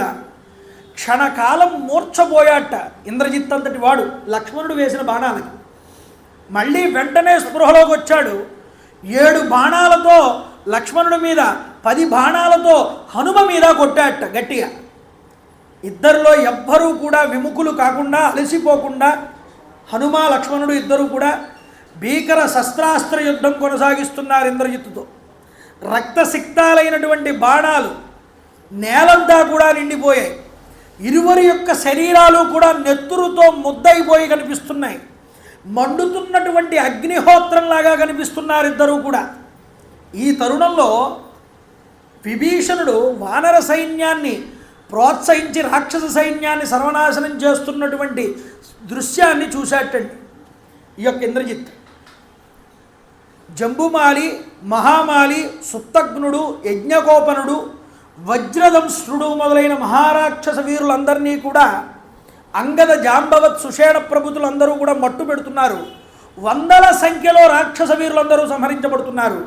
ఇంద్రజిత్ లక్ష్మణుడితో పోరాడుతూనే మధ్యలో వానరుల్ని, విభీషణుడిని కూడా కొడుతున్నట్ట. మా రాక్షసులందరినీ ఇబ్బంది పెడుతున్నారు. కాబట్టి ఇలాగా ఇద్దరు బాణాలు ఎప్పుడైతే వేసుకుంటున్నారో, వదులుకుంటున్నారో, ఎలా ఉందిట అంటేనండి వాళ్ళు కనిపించట్లేదుట యుద్ధంలో ఒకళ్ళనొకళ్ళు. ఎప్పుడు బాణం తీస్తున్నారో ఎప్పుడు వదులుతున్నారో కూడా కనిపించట్లేదు. అంత వేగంగా చేసుకుంటున్నారు లక్ష్మణుడు, ఇంద్రజిత్తు. ఆ యొక్క యుద్ధం ఎప్పుడు ఒక బాణం ఎక్కుపెట్టుతున్నట్టే కనిపిస్తోందిట. ఇలా తీసే కొద్దీ ఇంక అదే బాణం ఎక్కుపెట్టు వదులుతున్నాడా అన్నట్లుగా కనిపిస్తోంది దృశ్యం అంతా కూడా. అంత వేగంగా తీసి బాణం విడిచిపెడుతున్నారు ధనస్సు నుంచి. లక్ష్మణుడి యొక్క బాణం మండలాకారం అయిందిటండి. మండలాకారం అంటే అందులో నుంచి కొన్ని వేల బాణాలు బయటకు వచ్చేస్తాయి ఒక్కొక్క సెకన్కి. అంత వేగంగా విసురుతున్నాడు బాణాలన్నీ కూడా ఆ యొక్క ఇంద్రజిత్తు మీదకి. రెప్పపాటు కాలంలో లక్ష్మణుడు, ఇంద్రజిత్తు ఇద్దరూ కూడా పోరాడుకుంటూ ఇంద్రజిత్తు యొక్క రథసారథిని లక్ష్మణుడు సంహారం చేశాడు. ఇది చూసిన వెంటనే కపివీరులందరూ కూడా ఆహాకారాలు చేసి జయ జయధ్వానాలు చేశారటండి. రథాశ్వాలపైకి కుప్పించి వెళ్ళి రథసారథి చనిపోగానే రథాశ్వాలన్నింటినీ చంపేశారు వానరులందరూ కూడా. ఈ దారుణ పరిమాణాన్ని చూసిన వెంటనే ఆశ్చర్యపోయాడు ఇంద్రజిత్. ఏం చేయాలో అర్థం కాలేదు. రథం మీద నుంచి కిందకి దూకాడు. నిలబడి నేల మీద నిలబడి శరవర్షం కురిపిస్తున్నాడు ఆ యొక్క లక్ష్మణుడి మీద. ఈలోపు దశ దిశలా కూడా చీకట్లు మొదలయ్యాయిటండి. దట్టమైనటువంటి చీకట్లో ఎవరు రాక్షసులో ఎవరు వానరులో తెలియట్లేదు. రాక్షసుల్ని హెచ్చరించి వెంటనే ఇంద్రజిత్తు ఇప్పుడు యుద్ధం చేయడం మంచిది కాదు, ఆగండి అని ఒక్కసారి మాయమయ్యాట ఇంద్రజిత్. చూడండి, సరాసరి లంకాపట్టణంలోకి వెళ్ళాడు. వెళ్ళి మళ్ళీ సర్వసన్నద్ధుడై మరో కొత్త రథాన్ని అధిరోహించి మళ్ళీ కాసేపటికి యుద్ధరంగంలోకి వచ్చాడు. రాగానే వస్తూనే మళ్ళీ లక్ష్మణుణ్ణి బాణాలతో ఇబ్బంది పెట్టాడు. విభీషణ, హనుమంతులు, లక్ష్మణుడు మొదలైన వాళ్ళందరూ ఆశ్చర్యపోయారట. ఇదేం మాయరా వీడు, ఇప్పుడే వెళ్ళాడు మళ్ళీ కొత్త రథంలో వచ్చాడని విస్తుపోయారు అందరూ. లక్ష్మణుడు మళ్ళీ విజృంభించాటండి ఇంద్రజిత్తు మీద. బాణాలు వేస్తూ మధ్యలోనే ఇంద్రజిత్తు యొక్క ధనస్సును విరగ్గొట్టాడు. కవచం చీల్చి బాణాలు హృదయంలో నాటాడు. రక్తం కక్కుకుంటూనే మరో ధనస్సు చేతిలోకి తీసుకుని ఇంద్రజిత్తు తీవ్ర బాణాలన్నీ ప్రయోగించి లక్ష్మణుణ్ణి హింసించడం మొదలుపెట్టాడు. లక్ష్మణుడు 2 బాణాలు తీసుకుని రథసారథి యొక్క కాళ్ళు విరగ్గొట్టాటండి. మరో బాణం తీసుకుని రథసారథి శిరస్సు ఎగరగొట్టాట. సారథి ఎప్పుడైతే చచ్చిపోయాడో గుర్రాలన్నీ కూడా గుండ్రంగా తిరగడం ప్రారంభం చేశాయట. రథాన్ని గుండ్రంగా తిప్పుతున్నాయట. అందరికీ ఆశ్చర్యం కలిగింది. అదే సమయంలో అన్ని గుర్రాలు అన్ని బాణాలతో కొట్టి చంపేటండి లక్ష్మణస్వామి ఆ గుర్రాలన్నింటినీ కూడా. ఈ గుర్రాలన్నీ చనిపోవడంతోనే ఇది నాకు చాలా పెద్ద అవమానం అని భావించాడు ఇంద్రజిత్తు. 3 బాణాలు తీసుకుని లక్ష్మణుడి యొక్క హృదయంలో కొట్టాట. అతని కవచం భేదన అవ్వలేదు. అందువల్ల లక్ష్మణుడికి ఏమీ అవ్వలేదు. ఇక ఇలా కాదని నుదుటి మీద మరో 3 బాణాలతో కొట్టాట. లక్ష్మణుడికి నుదుటి మీద దిగాయి వచ్చి. లక్ష్మణుడు 3 శిఖరాలు కలిగిన పర్వతంలాగా కనిపించాటండి ఆ దృశ్యంలో. అప్పుడు లక్ష్మణుడు ఇంకా ఉపేక్షించకూడదని వారుణాస్త్రాన్ని ప్రయోగించాట. ఆ వారుణాస్త్రాన్ని వదలగానే రౌద్రాస్త్రాన్ని వేశాడు ఇంద్రజిత్తు. ఆ రౌద్రాస్త్రంతో తిప్పికొట్టాడు. అప్పుడు ఇంద్రజిత్తు ఆగ్నేయాస్త్రాన్ని వేశాటండి. లక్ష్మణుడు వారుణాస్త్రాన్ని వేసి చల్లార్చాట. ఇంద్రజిత్తు అసురాస్త్రాన్ని ప్రయోగించాట. ఆ యొక్క లక్ష్మణుడు మహేశ్వరాస్త్రం వేసి దాన్ని మళ్ళీ వెనక్కి పంపించాట. పైన ఆకాశంలో ఋషులు, దేవతలు, పితృదేవతలు, గంధర్వులు, గరుడులు, ఉరగలు మొదలైనటువంటి దేవేంద్ర పురస్కరంగా ఆకాశంలో దేవతలందరూ కూడా లక్ష్మణుడికి రక్షగా నిలబడ్డారట. చూడండి, ఇది ఎంత గొప్ప విషయం. రక్షగా నిలిచి శుభ వీక్షణలు అందిస్తూ ఉండగా లక్ష్మణుడు ఇంకా వేగంగా వీడిని ఉపేక్షించకూడదని ఐంద్రాస్త్రాన్ని తీసుకున్నాడు చేతిలోకి. ఇది ఇంద్రదత్తమైనటువంటి అస్త్రం, గొప్పదైనటువంటి అస్త్రం, అస్త్రాల్లో కల్లా అది. ఈ ఐంద్రాస్త్రాన్ని తీసుకున్నాడు. తీసుకుని ఒక్కసారిగా ఆ యొక్క ధనస్సుకి ఎక్కుపెట్టాడు, ఆకర్ణాంతము కూడా లాగాడు. ఇక వీడిని ఉపేక్షించకూడదు అనుకుని ఒక గొప్పదైనటువంటి మంత్రాన్ని ప్రయోగించాడండి ఇక్కడ. ఇది రామబాణము అని చెప్తారు దీన్ని. రామబాణానికి వేరే మంత్రం ఏమీ లేదు, ఇదే మంత్రం. లక్ష్మణుడు అనుసంధానము చేశాడు ఐంద్రాస్త్రానికి. అందుకనే రామాయణం ప్రారంభం చేసినప్పుడు, పారాయణ మొదలుపెట్టినప్పుడు ముఖ్యంగా ఈ శ్లోకం చెప్పి కొబ్బరికాయ కొట్టి మనం సుందరకాండ పారాయణ చేసినా, రామాయణంలో ఏ సర్గ పారాయణ చేసినా ఇది ఈ పని చెయ్యాలని చెప్పారు. అంత మహిమాన్వితమైనటువంటి, దీనికి అంగన్యాసకరన్యాసాలు కూడా ఉన్నాయండి ఈ శ్లోకానికి, అంత శక్తివంతమైనటువంటిది. అందుకనే ఈ శ్లోకాన్ని చెప్తున్నాడు. ఈ శ్లోకం ఎవరైతే చెప్తారో వాడికి రామ కవచం ఏర్పడుతుంది చుట్టూరా కూడా. ఈ శ్లోకాన్ని నిరంతరం ఎవడైతే చెప్తాడో వాడికి దృష్టి దోషాలు కానీ, నరఘోష తగలడం కానీ, లేకపోతే ఎవరైనా వాడిని పీడించడం కానీ, వాడి మీద ప్రయోగం చేయడం కానీ, లేకపోతే వాడు శత్రువుల్ని ఓడించలేకపోవడం కానీ జరగదుట. వాడిని చూస్తే శత్రువులు కూడా నశించిపోతారు. అంత శక్తివంతమైనటువంటి శ్లోకం అందించాడు వాల్మీకి మనకి రామాయణాంతర్గతంగా. చూడండి, చెప్తున్నాడు వెంటనే అన్నగారిని మనసులో తలుచుకున్నట్ట లక్ష్మణస్వామి. ఇక వీడు ఈ బాణంతో నశించిపోవాలి. ఎలా నశించాలి? నశించడం అంటే దానికంటూ ఒక మంత్రం చెప్పాడు, ఐంద్రాస్త్రాన్ని. దానికి ఇంకో మంత్రాన్ని అనుసంధానం చేశాడు. ఏమిటది? ధర్మాత్మ సత్యసంధశ్చ రామో దాశరథిర్యధి పౌరుషేచ అప్రతిద్వంద్వ సరైనం జహిరావణి. ఇది గొప్పదైనటువంటి మంత్రం అండి రామాయణంలో, గుర్తుపెట్టుకో. ధర్మాత్ముడే అయితే మా అన్నగారు రామచంద్ర ప్రభు ధర్మాత్ముడే అయితే, రాముడు సత్యసంధుడే అయితే, రామచంద్ర ప్రభు పౌరుషంలో సాటిలేనివాడే అయితే, ఓ శరమా, ఓ బాణమా, వెళ్ళి ఈ యొక్క ఇంద్రజిత్తుని సంహారం చెయ్యి అని ఐంద్రాస్త్రం మీద మంత్రప్రయోగం చేశాడు, రామమంత్రప్రయోగాన్ని. ఇదే రామబాణము అని చెప్తారు, గుర్తుపెట్టుకోండి. రామబాణం ఎంత శక్తివంతమైనదో ఈ శ్లోకం అంత శక్తివంతమైనది. ధర్మాత్మ సత్యసంధస్య రామో దాశరథర్యది పౌరుషేచ అప్రతిద్వంద్వ సరైనం జహిరావణి. నేను చెప్తాను, మీరందరూ చెప్పండి. ధర్మాత్మ సత్యసంధశ్చ రామో దాశరథిర్యధి పౌరుషేచ అప్రతిద్వంద్వ సరైనం జహిరావణి. ఇలా అనగానే వెంటనే ఒక్కసారి ఆకర్ణాంతము లాగి విడిచిపెట్టాడు శరాన్ని. అంతే, ఆ యొక్క ఆ బాణం వెళ్ళి శిరాస్త్రాణంతో ప్రకాశిస్తున్నటువంటి కర్ణకుండలాలతో ఒప్పుతున్న ఇంద్రజిత్తు యొక్క శిరస్సుని ఒక్కసారి ఛేదించి వెళ్ళిపోయి మళ్ళీ లక్ష్మణస్వామి యొక్క అమ్ముల పొదిలోకి చేరిపోయిందిట ఆ బాణం. రమారమణ గోవింద గోవింద.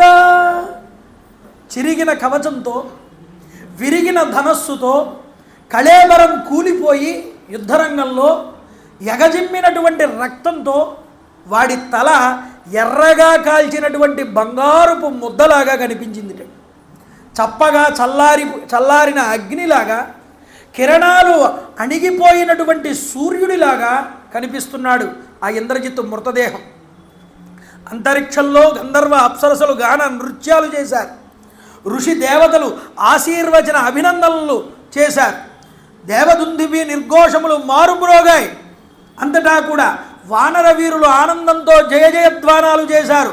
జై శ్రీరామ్ అన్నారు అందరూ కూడా. మరొక్కసారి రాక్షస సైన్యం ఆయుధాలు వదిలి ఆహాకారాలు చేస్తూ లంకలోకి పరుగు పెట్టారటండి అందరూ కూడా.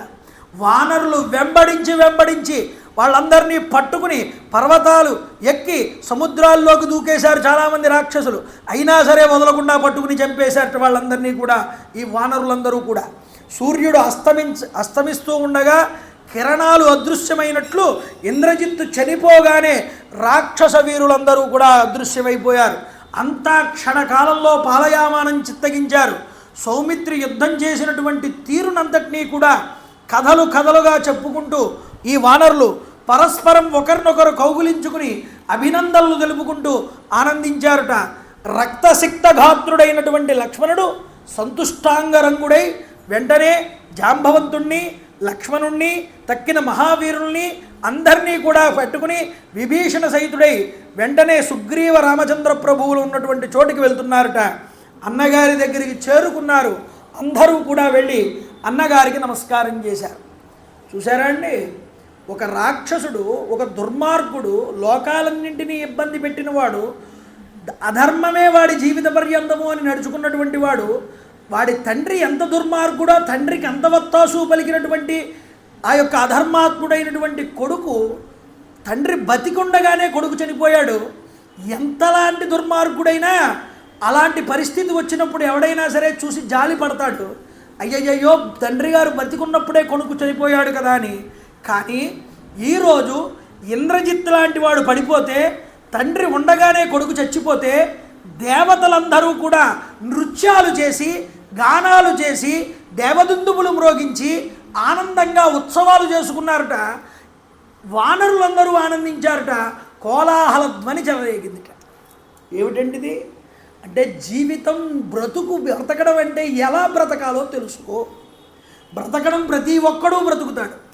మానవుడిగా పుట్టిన తర్వాత నీకంటూ పరమేశ్వరుడు ఇచ్చిన విభూతి ఏమిటో తెలుసుకోలేక అధర్మాత్ముడివై అధర్మ మార్గాన్ని పట్టుకున్నటువంటి పురుషుడికి ఎవ్వడూ కూడా జీవితంలో వాడిని చూసి వీడు గొప్పవాడని కానీ మంచివాడని కానీ మనస్ఫూర్తిగా అనుకోడయ్యా.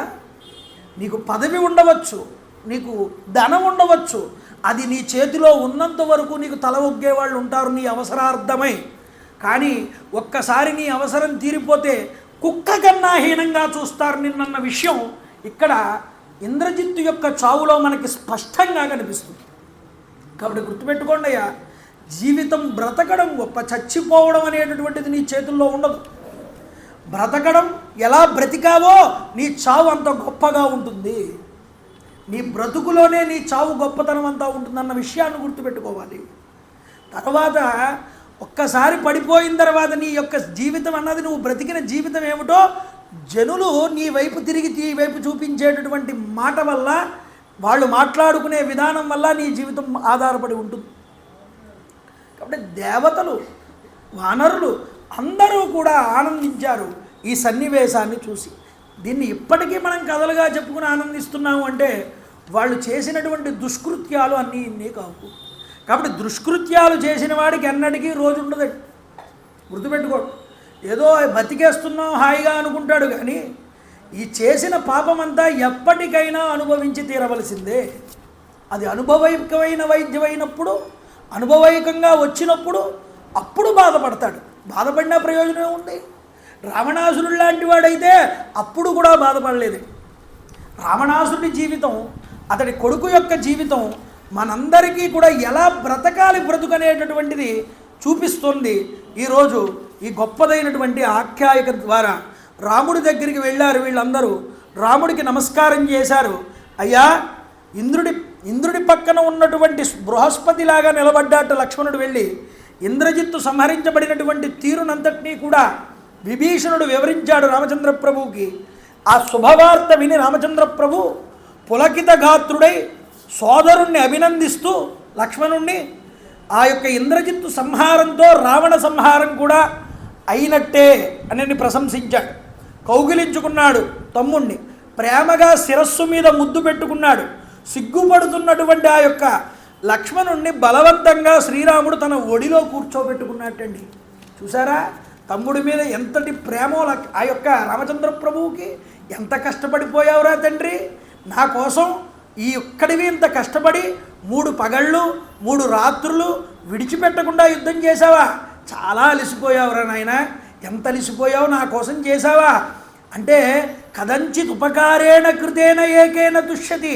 ఒక్క ఉపకారం చేస్తే 100 సార్లు తలుచుకుంటాడు రామచంద్ర ప్రభు. అందున తన రక్తం పంచుకుని పుట్టిన తమ్ముడే చేస్తే ఒడిలో కూర్చోబెట్టుకున్నారట. ఏ సిగ్గు లేదు, తన తమ్ముడే కాబట్టి ఒడిలో కూర్చోబెట్టుకుని లాలించాట లక్ష్మణస్వామిని రామచంద్ర ప్రభు. మళ్ళీ ముద్దు పెట్టుకున్నారు శిరస్సు మీద. నాయన ఒళ్ళంతా పరిశీలనగా చూశాట తమ్ముడిది. చూడగానే పాపం అలసిపోయి ఆ బాణపు ములుకులు గుర్చుకుని ఉన్నాయి శరీరానికి లక్ష్మణస్వామికి. అవన్నీ చూసి కళ్ళంపట నీళ్లు పెట్టుకున్నట్టండి రామచంద్ర.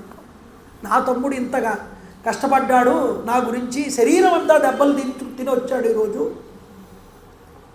కళ్ళంపట దుఃఖం పొంగి వచ్చింది రామచంద్ర ప్రభు. అతి ప్రయత్నం మీద ఆపుకున్నాడు దుఃఖాన్ని చాలాసేపటికి. మళ్ళీ శిరస్సు ఒక్కసారి ముద్దు పెట్టుకున్నాడు పైన. మెల్లగా చేతితో ఒళ్ళంతా నిమ్మిరారుట రామచంద్ర ప్రభు తమ్ముణ్ణి. చూడండి లక్ష్మణ, అసాధ్యమైనటువంటి పనిని చేశావయ్యా, సాధించావు ఈరోజు. ఇప్పుడు నేను విజయిని అన్నాడు. నేను విజయాన్ని పొందాను. ఇంద్రజిత్తు వధతో రావణాసురుడి యొక్క 2 భుజాలు పడిపోయినట్టే. ఇక విభీషణ హనుమంతులు చేసినటువంటి సహాయం అత్యద్భుతమైనటువంటిది. అవిశ్రాంతంగా యుద్ధం చేశారు, ఆ దుష్టుణ్ణి సంహారం చేశారు. ఇది చాలా ఆశ్చర్యం అన్నారు. పుత్రవధతో క్రుద్ధుడై రావణుడు సర్వబలాల్ని కూడా సమీకరించుకుని ఇక యుద్ధరంగానికి రావణాసురుడే వస్తాడు, ఆ దుష్టుణ్ణి నేను సంహారం చేస్తానని రామచంద్ర ప్రభు ప్రతిజ్ఞ చేశారే. సుషేణ, మహాప్రజ్ఞ మొదలైన వాళ్ళందరినీ పిలిచాడు. ఈ సౌమిత్రి లక్ష్మణుడు శరీరం అంతా కూడా శల్యాల చేత ఇబ్బంది పడుతున్నాడు దెబ్బలతో. ఇతనికి చక్కనైనటువంటి ఉపచారాలన్నీ చేసి వైద్యం చేసి మళ్ళీ మామూలు వాడిని చేయమని చెప్పారు. ఇదిగో విభీషణుడు, హనుమంతుడు, జాంబవంతుడు, వానరవీరులు, వృక్షవీరులు వీరందరికీ తగిన చికిత్సని అందించవలసిందిగా కోరారు రామచంద్ర ప్రభు. సుషేనుడు వెంటనే దివ్యౌషధాలు తెప్పించి ఆ శల్యములన్నీ కూడా ఊడిపోయేటట్లుగా వైద్యం చేశాటండి వీళ్ళందరికీ కూడా. అందరూ ఆరోగ్యవంతులై మళ్ళీ మునపటి ఉల్లాసంగా లేచి నిలుచున్నారు అందరూ కూడా. ఇంద్రజిత్తు మరణ వార్త రావణాసురుడికి తెలియజేయడానికి మంత్రులందరూ చాలా వ్యధ చెందారటండి. ఎలా చెప్పాలి రావణాసురుడికి ఈ విషయం అని. ఆఖరికి ఎట్టకేళ్లకి చల్లగా ఆ యొక్క మరణ వార్తని తీసుకువెళ్ళి చెవులో విన్నవించారు. సొమ్మసిల్లి పడిపోయాట నేల మీద రావణాసురుడు. చూడండి చాలాసేపటికి తేరుకున్నాడు. పుత్ర, ఓ మహారథ, దేవేంద్రుణ్ణి జయించావు కదరా, ఇప్పుడు ఈ లక్ష్మణుడి చేతిలో వాతపడ్డావా? బాణాలతో కాలాంతకుల్ని భేదించావు, మందర శిఖరాలని ఛేదించావు. లక్ష్మణుడి చేతికి ఎలా చిక్కావురా తండ్రి? రాజు కోసం యుద్ధం చేసి ప్రాణాలు అర్పించి మహాయోధుల యొక్క మార్గాన్ని అనుసరించావు ఈరోజు.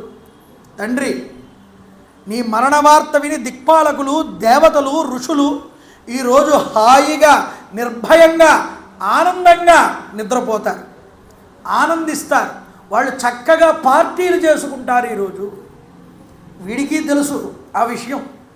అందుకనే నన్ను వీళ్ళందరికీ ఆనందంగా ఉంటుంది ఈరోజు అందరికీ నువ్వు చనిపోవడం వల్ల అని చెప్తున్నాడు. అంతేకాదు నాయన, నువ్వు లేని ఈ లోకమంతా నాకు శూన్యంగా కనిపిస్తోంది. నీ అంతఃపురంలో ఉన్నటువంటి రాక్షస కన్యలు విలాపాలన్నీ కూడా బాధపడుతూ ఉంటే నేను వినలేనురా నాయన.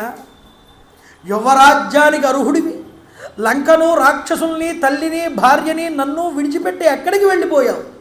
ఎలా వెళ్ళావు? నేను చనిపోతే ఉత్తర క్రియలు చేయవలసిన వాడివిరా నువ్వు. మమనామా త్వయా వీర గతస్య యమసాధనం ప్రేత కార్యాణి విపరీతే హి వర్తసే. నువ్వు ఇప్పుడు ఇలా తలక్రిందులైపోయిందే నా బ్రతుకు. సుగ్రీవుడు, రాముడు, లక్ష్మణుడు జీవించి ఉండగా నా మనశ్శల్యాన్ని తొలగించకుండా, నా బాధని తొలగించకుండా నన్ను విడిచి వెళ్ళిపోయావా తండ్రి అని, ఇది నీకు భావ్యమేనా అని ఏడ్చాడు. దీనుడై ఎంతసేపో విలపించిన తరువాత అసలే మండిపోతున్నటువంటి రాక్షసేంద్రుడు రావణాసుడు కోపాన్ని ఈ యొక్క కొడుకు యొక్క దుఃఖవార్త మరింతగా శరీరాన్ని మండించింది. గ్రీష్మకాల సూర్యుడిలాగా మారిపోయాటండి. కనుబొమ్మలు ముడిపడ్డాయిట. నన్ను ఎదురుగా వచ్చి ఉత్తుంగ తరంగమైనటువంటి ప్రళయకాల సముద్రంలాగా ఒక్కసారి భావించుకున్నాడు. నోటి నుంచి సెగలు కక్కుతున్నాడు, నిప్పులు రాల్స్తున్నాడు. ఎర్రటి కళ్ళతో కోపంతో దుఃఖాన్ని రెండింతలు పెంచుకున్నాడు. భీకరమైనటువంటి అతడి రూపాన్ని ఒక్కసారి రౌద్రంగా మార్చుకున్నాడు. ఒక్కసారి ఎవ్వరూ కూడా రావణాసురుడు చుట్టుపక్కలకి చేరలేనంత విధంగా మారిపోయాట. క్రోధంగా రావణాసురుడి కళ్ళల్లో నుంచి రక్త బిందువులు బయటికి వస్తున్నాయిట. నూనె దీపాల్లోంచి కొసల నుంచి కారుతున్నటువంటి నీటి తైల చుక్కల్లాగా కనిపిస్తున్నాయి అతడి యొక్క నేత్రాల్లోంచి వచ్చేటటువంటి నీరు. అతడు పళ్ళు పటపట కొరుకుతున్నట్ట. యంత్రాల వలె తిరుగుతున్నటువంటి చప్పుడు వినిపించిందట పళ్ళు కొరుకుతుండేవాడు. అలాగ ఏ వైపు చూస్తే ఆ వైపున ఉన్న రాక్షసులంతా కూడా ఆ రావణాసురుడి భయస్వరూపాన్ని చూసి పరిగెత్తడం మొదలుపెట్టారటండి. రాక్షసులారా, కొన్ని వేల సంవత్సరాలు తీవ్ర తపస్సు చేస్తే బ్రహ్మదేవుణ్ణి మెప్పించాను నేను. అతడి వరం వల్ల దేవ దానవ గంధర్వ యక్ష కిన్నెరుల చేత నాకు భయం లేకుండా పోయింది. వజ్రాయుధానికైనా లొంగనటువంటి నా ఈ కవచం బ్రహ్మగారు ఇచ్చినటువంటి వరం. ధనుర్బాణాలు కూడా నాకు బ్రహ్మదేవుడే ఇచ్చాడు. ఇవన్నీ కూడా ధరించి రథం మీద నేను అధిరోహిస్తాను. సూతుడిగా ఎవరు నన్ను రణరంగానికి తీసుకువెళ్తారో రథసారథిగా నన్ను తీసుకెళ్ళండి. దేవాసుర సంగ్రంలో నేను ఉపయోగించినటువంటి ఆ దివ్య ధనస్సుని మంగళతుర్య రావాలతో ఈరోజు లేవనెత్తండి పైకి. ఈరోజు దానితో రామలక్ష్మణుల్ని నేను సంహారం చేస్తానన్నాడు. అలా అంటూనే వాడు క్షణకాలంలో సీతని ముందుగా సంహరించెయ్యాలనుకున్నట్ట మనసులో. అనుకుని వెంటనే నిర్ణయం తీసుకుని నా కుమారుడు మాయాసీతని సంహరించాడు, నేను ఇప్పుడు నిజంగానే నిజమైన సీతను తీసుకువెళ్ళి సంహారం చేస్తాను అంటూ చేతిలోకి కత్తి తీసుకున్నాడు. వేగంగా అశోకవనంలోకి నడవడం మొదలుపెట్టాడు. చూడండి, ఎంతమంది వారిస్తూ ఉన్నా ఆగలేదుట రావణాసురుడు. మంత్రులు, దండనాయకులు అందరూ అతడి వెంట పరిగెడుతున్నారు. పుత్రశోకంతో ఆకుల చిత్తుడై మతిస్థిమితం కోల్పోయిన వాడిలాగా ఆ రాక్షసేంద్రుడు ఎంత దారుణమైనటువంటి స్థితికి చేరిపోయాడు అంటే ఈరోజు సీతాదేవి దగ్గరికి కోపంగా బాణం పట్టుకుని వెళ్తూ ఉంటే ఆ ధనస్సు ఆ యొక్క చేతిలో కత్తి అమ్మవారు గజగజ వణికిపోయిందిటండి చూసి. ఖడ్గదారి అయి వస్తున్న రావణుని చూసింది. పుత్రశోకంతో మతి చెలించిపోయినటువంటి ఆ యొక్క రావణాసురుణ్ణి చూడగానే ఈరోజు వీడు నన్ను సంహరించి తీరతాడు కదా అనుకుందిట అమ్మవారు. అయ్యయ్యో, దిక్కులేని దాన్ని అయిపోయాను. ఈరోజు మందర యొక్క కళ్ళు, కైకేయి యొక్క కళ్ళు చల్లబడి ఉంటాయి. ఆ రోజు హనుమంతుల వారు చెప్పారు. హనుమంతుడు చక్కగా, అమ్మా నా వీపు మీద ఎక్కు తల్లి, నేను రామచంద్ర ప్రభు దగ్గరికి తీసుకువెళ్ళిపోతాను అన్నాడు. అలా నేను చెయ్యలేకపోయాను. ఆ రోజు వెళ్ళాను కాదు, ఈ పాటికి హాయిగా భర్త ఒడిలో కూర్చుని ఉండేదాన్ని. అయ్యో నాకు దిక్కెవరు అని పరిపరి విధాలా బాధపడుతోంది సీతామాత. వెంటనే రావణాసురుడు వచ్చి సీతాదేవి దగ్గరికి కత్తి ఎత్తబోతూ ఉంటే అతడి యొక్క అమాత్యుల్లో ఒకడైనటువంటి సుపార్శ్వు అనేటటువంటి వాడు వచ్చి రావణాసురుని అడ్డగించి అంటున్నాడు, ఓ రాక్షసేశ్వర, ఏంటయ్యా ఇది? సాక్షాత్తు వైశ్రవణుడు కుబేరుడు యొక్క సోదరుడు విను, ధర్మాధర్మాలు తెలిసినటువంటి వాడివి, వేద విద్యా వ్రత స్నాతకుడివి, మహావీరుడివి. నువ్వు ఒక స్త్రీని సంహరించడం అనేటటువంటిది ఉచితమేనా? ఆలోచించు. నీ శాస్త్రాలు, నీ తపస్సు, నీ పాండిత్యం అంతా ఏమైపోతుంది స్త్రీని సంహారం చేస్తే? రాముణ్ణి చంపలేక తన భార్యని, ఒక స్త్రీని చంపాడు రావణాసురుడనే అపకీర్తి నీకు వచ్చి చేరుతుంది. నీ కొడుకుని చంపిన రాముడి మీద పగ తీర్చుకో, కానీ అబలైనటువంటి స్త్రీ మీద నీ ప్రతాపం చూపిస్తావేమిటయ్యా? వెళ్ళు, నీకేదైనా దొమ్మలుంటే, నీకేదైనా చావ ఉంటే వెళ్ళి రాముడి మీద యుద్ధం చేయమన్నాడు. ఈరోజే యుద్ధానికి బయలుదేరమన్నాడు. ఇవాళ కృష్ణపక్ష చతుర్దశి, రేపు అమావాస్య, నీకు విజయం సాధించగలవు. నువ్వు వెళ్ళి రాముడిని సంహారం చేశాక అప్పుడు ఈ సీతాదేవిని పొందుదుగానన్నాడు. ఈ మాటలు వినగానే రావణాసురుడు దృష్టి మళ్ళిందండి. వెంటనే వెనక్కి తిరిగాడు, స్వగృహానికి వెళ్ళిపోయాడు. ఇక మిగిలి ఉన్న సేనాపతుల్ని, మహావీరుల్ని సమావేశం ఏర్పాటు చేశాడు. అందరికీ నమస్కారం చేశాడు. చేసి అంటున్నాడు, ఓ మహావీరులారా, లంకా సామ్రాజ్యంలో ఇంకా జీవించి ఉన్న మీరందరూ కూడా ఏం చేస్తారు అంటే, మన దగ్గర ఉన్నటువంటి ఆయుధాలన్నింటినీ కూడా తీసేసుకుని యుద్ధరంగంలోనికి వెళ్ళండి. ఎంతమంది రాక్షసులు ఉంటే అంతమంది బయలుదేరండి. ఎలా వెళ్తారో తెలుసా? రాముడు ఏ దిక్కు వైపు ఉంటే ఆ దిక్కుకు వెళ్ళండి. ఆ దిక్కుకు వెళ్ళి మీరు ఎవ్వరితోనూ యుద్ధం చేయొద్దు, మీరు డైరెక్ట్గా వెళ్ళిపోండి. ఎవరి మీదకి? రాముడి మీదకే వెళ్ళండి. మీ యొక్క లక్ష్యం అంతా కూడా రాముడే. మీరు దొరికినటువంటి ఆయుధాలతో ప్రతి దానితో కూడా రాముణ్ణి హింసించండి, రాముణ్ణే కొట్టండి. రాముణ్ణి మీరందరూ అలా కొట్టిన తరువాత రాముడు అలసిపోతాడు, శల్యపీడితుడవుతాడు, తనువంతా గాయాలతో నిట్టూరిస్తూ ఉంటాడు. చూడండి, అలా ఉన్నటువంటి రాముణ్ణి, అలసిపోయినటువంటి రాముణ్ణి నేను రేపు వెళ్ళి సంహారం చేస్తాను అని చెప్పాడు. మహాసైన్యం సముద్రంలాగా పొంగి వచ్చిందిటండి. ఇక లంకలో ఉన్న ప్రతి రాక్షసుడు చేత్తో ఆయుధం పట్టుకుని బయలుదేరాడు. బయటకు వచ్చాడు ప్రాకారం నుంచి. అందరూ కూడా ఘోర సంగ్రామం సూర్యోదయ పర్యంతం మొదలు ప్రారంభమైందిటండి యుద్ధం. పండ్లు ఫలాలతో ఉన్న చెట్ల మీదకి గుంపులు గుంపులుగా వచ్చి పక్షులు వాలినట్లు వానరులందరూ కూడా ఒక్కొక్క రాక్షసుని మీద 10 మంది 20 మంది వచ్చి పడ్డారట. వాళ్ళని గోళ్లతోనూ నోటితోనూ కరికి చీలుస్తున్నారట. ఎంతమంది వానరులు వచ్చి మీద పడినా వాళ్ళు ఎవరిని కొట్టట్లేదట. వీళ్ళు వేగంగా పరిగెత్తుకుంటూ రాముడి మీదకే వెళ్తున్నారట. చూడండి, ఎవ్వరిని యుద్ధం చేయొద్దని చెప్పారు రామచంద్ర ప్రభు, ఆగిపోమన్నారు. వీళ్ళందరి లక్ష్యం నా మీదకే వస్తున్నారు, నేనే యుద్ధం చేస్తానన్నారు రామచంద్ర ప్రభు. చూడండి, ఒక్కసారి పంచభూతాల చెవులు చిల్లులు పడేటట్లుగా ధనుష్టంగారం చేశారు రామచంద్ర ప్రభు. విజృంభిస్తున్నారు, శర వర్షాన్ని కురిపించారు తాగకుండా రామచంద్ర ప్రభు. చూడండి, మహాసైన్యాన్ని నడిపిస్తున్నాడు. ఆ రాక్షసులందరూ కూడా రథాల మీదకి వెళ్ళాట, భగ్నం చేశాట. రాక్షసులెవ్వరికీ రామచంద్ర ప్రభు ఆ యుద్ధంలో సైన్యం మధ్యలోకి వెళ్ళిన రాముడు కనిపించలేదు అన్నారు. అంటే అంత వేగంగా ఆ యొక్క రాక్షసుల మధ్యలోకి వెళ్ళిన రామచంద్ర ప్రభు కనిపించకుండా అంత వేగంగా సంహారం చేస్తున్నారు అందరినీ కూడా. అంత వేగశక్తిని పుంజుకున్నారు. రాక్షస సైన్యం అంతా కూడా రామ బాణాలతో చిన్నాభిన్నం అయిపోతుంది, కానీ రాముడు కనిపించలేదు, అంత వేగంగా కొడుతున్నాడు. అలాంటి లాఘవంతో రణరంగం అంతా తానే అయ్యి ఎక్కడా ఎవరికి క్షణకాలం కూడా కనబడకుండా రామచంద్ర ప్రభు తన శీఘ్ర కారికతో నిరూపించుకుంటున్నాడు తన బాణపు శక్తిని, ధనుర్విద్యాశక్తిని. తమ శరీరాల్లోకి బాణాలు వచ్చి దిగిపోతున్నాయి, కానీ వ్యక్తిని మాత్రం చూడలేకపోతున్నాం అనుకుంటున్నారట ఈ రాక్షసులందరూ కూడా. పంచభూతాలలో ఉన్న పరమాత్మను ప్రజలు చూడలేనట్లుగానే ఇక్కడ పరిస్థితి కనిపిస్తోంది. అంటే మన శరీరంలోనే ఉన్నాడు పరమాత్మ జీవాత్మగా. ఆ జీవాత్మను మనం ఎలా చూడలేమో అలా రాక్షసులు రామచంద్ర ప్రభు చేస్తున్న యుద్ధాన్ని చూడలేకపోయారట. అసలు రాముడే కనిపించలేదు యుద్ధంలో. అంత వేగంగా వచ్చి ఒక్కొక్కడిని చంపుతున్నాడు. సూర్యుడు ఒక్కొక్కడు తాను ఒక్కొక్కడైనట్లుగా ఒక్కొక్కడింటిలో అలా ఉన్న సూర్యుడు ఒక్కడైనా ప్రతి ఒక్కడికి ఒక్కొక్క సూర్యుడిగా కనిపిస్తాడు. ఇంట్లో కూర్చుంటే ప్రతి ఇంట్లోనూ సూర్యుడు కనిపిస్తాడు. అంత మాత్రం చేత మా ఇంటి వాడే సూర్యుడు అనుకోవడానికి లేదు, అందరింట్లోనూ సూర్యుడు ఉంటాడు.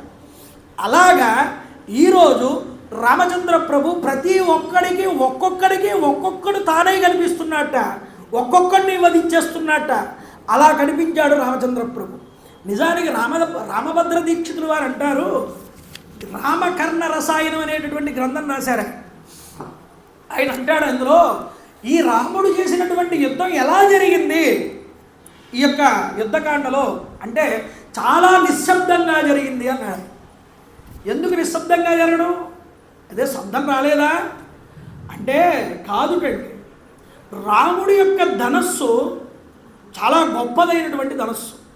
ఆ ధనస్సుకి 2 కోట్లు ఉంటాయి. పైన కోటు ఇలాగా వింటినారిని తగిలించుకునే కోటు, కిందో కోటు ఉంటుంది. ఈ కోటుకి గంటలు, చిరుగంటలు కట్టబడి ఉంటాయటండి. ఈ చిరుగంటలు ఎప్పుడైనా బాణాన్ని కదిపితే మోగుతాయి కదండి పైన, కానీ రాముడి యొక్క చిరుగంటలు మోగవుట.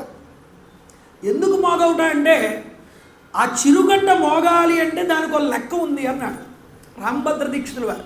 చూడండి, ఆయన అంటాడు 18,000 ఏనుగులు, 10,000 గుర్రాలు, 10,000 రథాలు, 14,000 గుర్రాలు, 2 లక్షల కాల్బలం, ఇదంతా కలిపితే ఒక అక్షౌహిణి అవుతుంది దగ్గరగా. ఇలాంటి అక్షౌహిణీలు 10 కోట్ల అక్షౌహిణీలు ఉంటే ఈ 10 కోట్ల అక్షౌహిణీలని కూడా సంహారం జరిగితే రాముడి యొక్క ధనస్సు నుంచి అప్పుడు ఆ ధనస్సుకున్నటువంటి 1 గంట కదులుతుంది రాముడి ధనస్సుకి. అప్పటిదాకా గంట కదలదు. అంత యుద్ధం చేస్తేనే 1 గంట కదులుతుంది. రాముడు చెప్పింది ఎంతమందిని? మహా అయితే 2 లక్షల మందిని చెప్పాడు. ఆ 2 లక్షల మందికి జరుగుతుందా? కదలమంటే కదలదు అది. కాబట్టి రాముడి యొక్క యుద్ధం నిశ్శబ్దంగా జరిగింది అన్నాడు. అంటే రాముడి యొక్క బలపరాక్రమాలు అంత గొప్పవి అని చెప్పాడు. ఆయన బాణానికి ఉన్న శక్తి అంతటిది. కాబట్టి ఏమిటంటే అండి, 1 గంట, అర్ధగంట, 1 గంటన్నర సమయంలో పగటి పూటలో 8వ భాగం అన్నాడు వాల్మీకి. ఒక పగటి సమయంలో 8వ భాగం అంటే గంటన్నర సేపు అండి. గంటన్నర సేపులో 18,000 ఏనుగుల్ని చెప్పాడు, 10,000 రథాలను ఎరగొట్టాడు, 14,000 గుర్రాలని చెప్పాడు, 2 లక్షల కాల్బలాన్ని తెగతార్చాడు రామచంద్రప్రభు. ఇంతమందిని చంపేసి తానొక్కడు ఒక్కసారి సుగ్రీవుడికేసి, హనుమకేసి, విభీషణుడికేసి, వాళ్ళందరికేసి తిరిగి అన్నాడు, ఏతదస్త్ర బలం దివ్యం మమవా త్రయంబకస్తవా అన్నాడు. ఈ యొక్క అస్త్రబలం నాకున్నది, మళ్ళీ పరమేశ్వరుడికే ఉన్నది, ఇంకెవ్వరికీ కూడా లేదన్నాడు. అంటే పరమేశ్వరుడి యొక్క రూపాన్ని పొందాడు రామచంద్ర ప్రభువు. చూడండి, సమయం వచ్చినప్పుడల్లా పరమేశ్వరుడితో కంపారిజన్ జరుగుతుందండి. నాకింతటి ఈ అస్త్రబలం ఇలా ఉందయ్యా అంటే, ఇప్పుడు విభీషణుడు సుగ్రీవుడు అనుకున్నారు అంటే మమ్మల్ని ఏదో అనుగ్రహించడానికి తీసుకొచ్చాడు కానీ మమ్మల్ని కూడా అయినా నిజానికి మేము కనుక ఎగస్ పార్టీలో ఉండుంటే మా పరిస్థితి ఏమిట్రా అని ఆలోచించుకున్నాం. చూసారండి, అంత పరిస్థితి దాపురించింది. విభీషణుడు అంతటి వాడు, సుగ్రీవుడు అంతటి వాడు భయపడ్డారండి రాముడి యొక్క యుద్ధాన్ని చూసి, ఆశ్చర్యపోయారు కాసేపు. అంటే మమ్మల్ని అనుగ్రహించడానికే తప్ప మా అవసరం నిజానికి రాముడికి లేదు. ఆయన ఒక్కడు చాలు తలుచుకున్నాడు అంటే మొత్తం లంకనంతటినీ ఒక గంటలో మొత్తం అంతా సర్దేస్తాడు అందరికీ. కానీ మమ్మల్ని అనుగ్రహించడానికి ఇంత ఓర్పుతో, నియమంతో, అంత పరాక్రమాన్ని చూపించకూడదని నిలబడ్డాడు. అలాగా ఏమి మహానుభావుడు ఆయన. యుద్ధం ప్రారంభమైన నాటి నుండి వేలకి వేలుగా, కోట్ల సంఖ్యలో రాక్షసులందరూ చనిపోతున్నారండి. చనిపోయిన వీరుల యొక్క భార్యలు, తల్లులు, పిల్లలు, వాళ్ళు పెడుతున్నటువంటి శోకాలతో, దీనాలాపాలతో లంకాపట్టణం అంతా మారుమ్రోగిపోయింది. ఎటు విన్నా ఏడుపులే లంకలో, ఎటు చూసినా శోకాలే. రాక్షస స్త్రీలందరూ కూడా లంకకి కాళరాత్రిలాగా దాపురించింది సీతాదేవిని ఆడిపోసుకుంటున్నారు. కామాంధుడైనటువంటి ఈ యొక్క సీతని అపహరించి రావణాసురుడు తెచ్చి మన పసుపు కుంకాల్ని తుడిచేశాడు కదా, మమ్మల్ని అందరినీ విధవరాండ్రను చేశాడు కదా, చావు కోసమే సీతాదేవిని తెచ్చాడు ఈ రావణాసురుడు అనుకుంటున్నారు.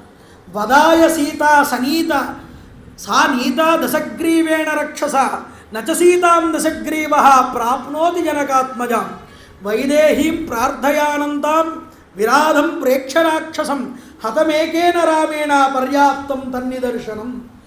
ఆమె మాత్రం, సీతాదేవి మాత్రం ఎప్పటికీ వీడికి లభించదు, ఇది మాత్రం నిశ్చయం.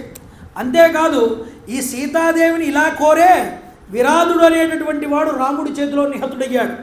ఆ విషయం వీడు తెలుసుకోలేకపోతున్నాడు అని వాళ్ళు బాధపడుతున్నారు. ఈ శాపనార్థాలన్నీ లంకలో అంతఃపురంలో కూర్చున్నటువంటి రావణాసుడికి వినిపించాయి.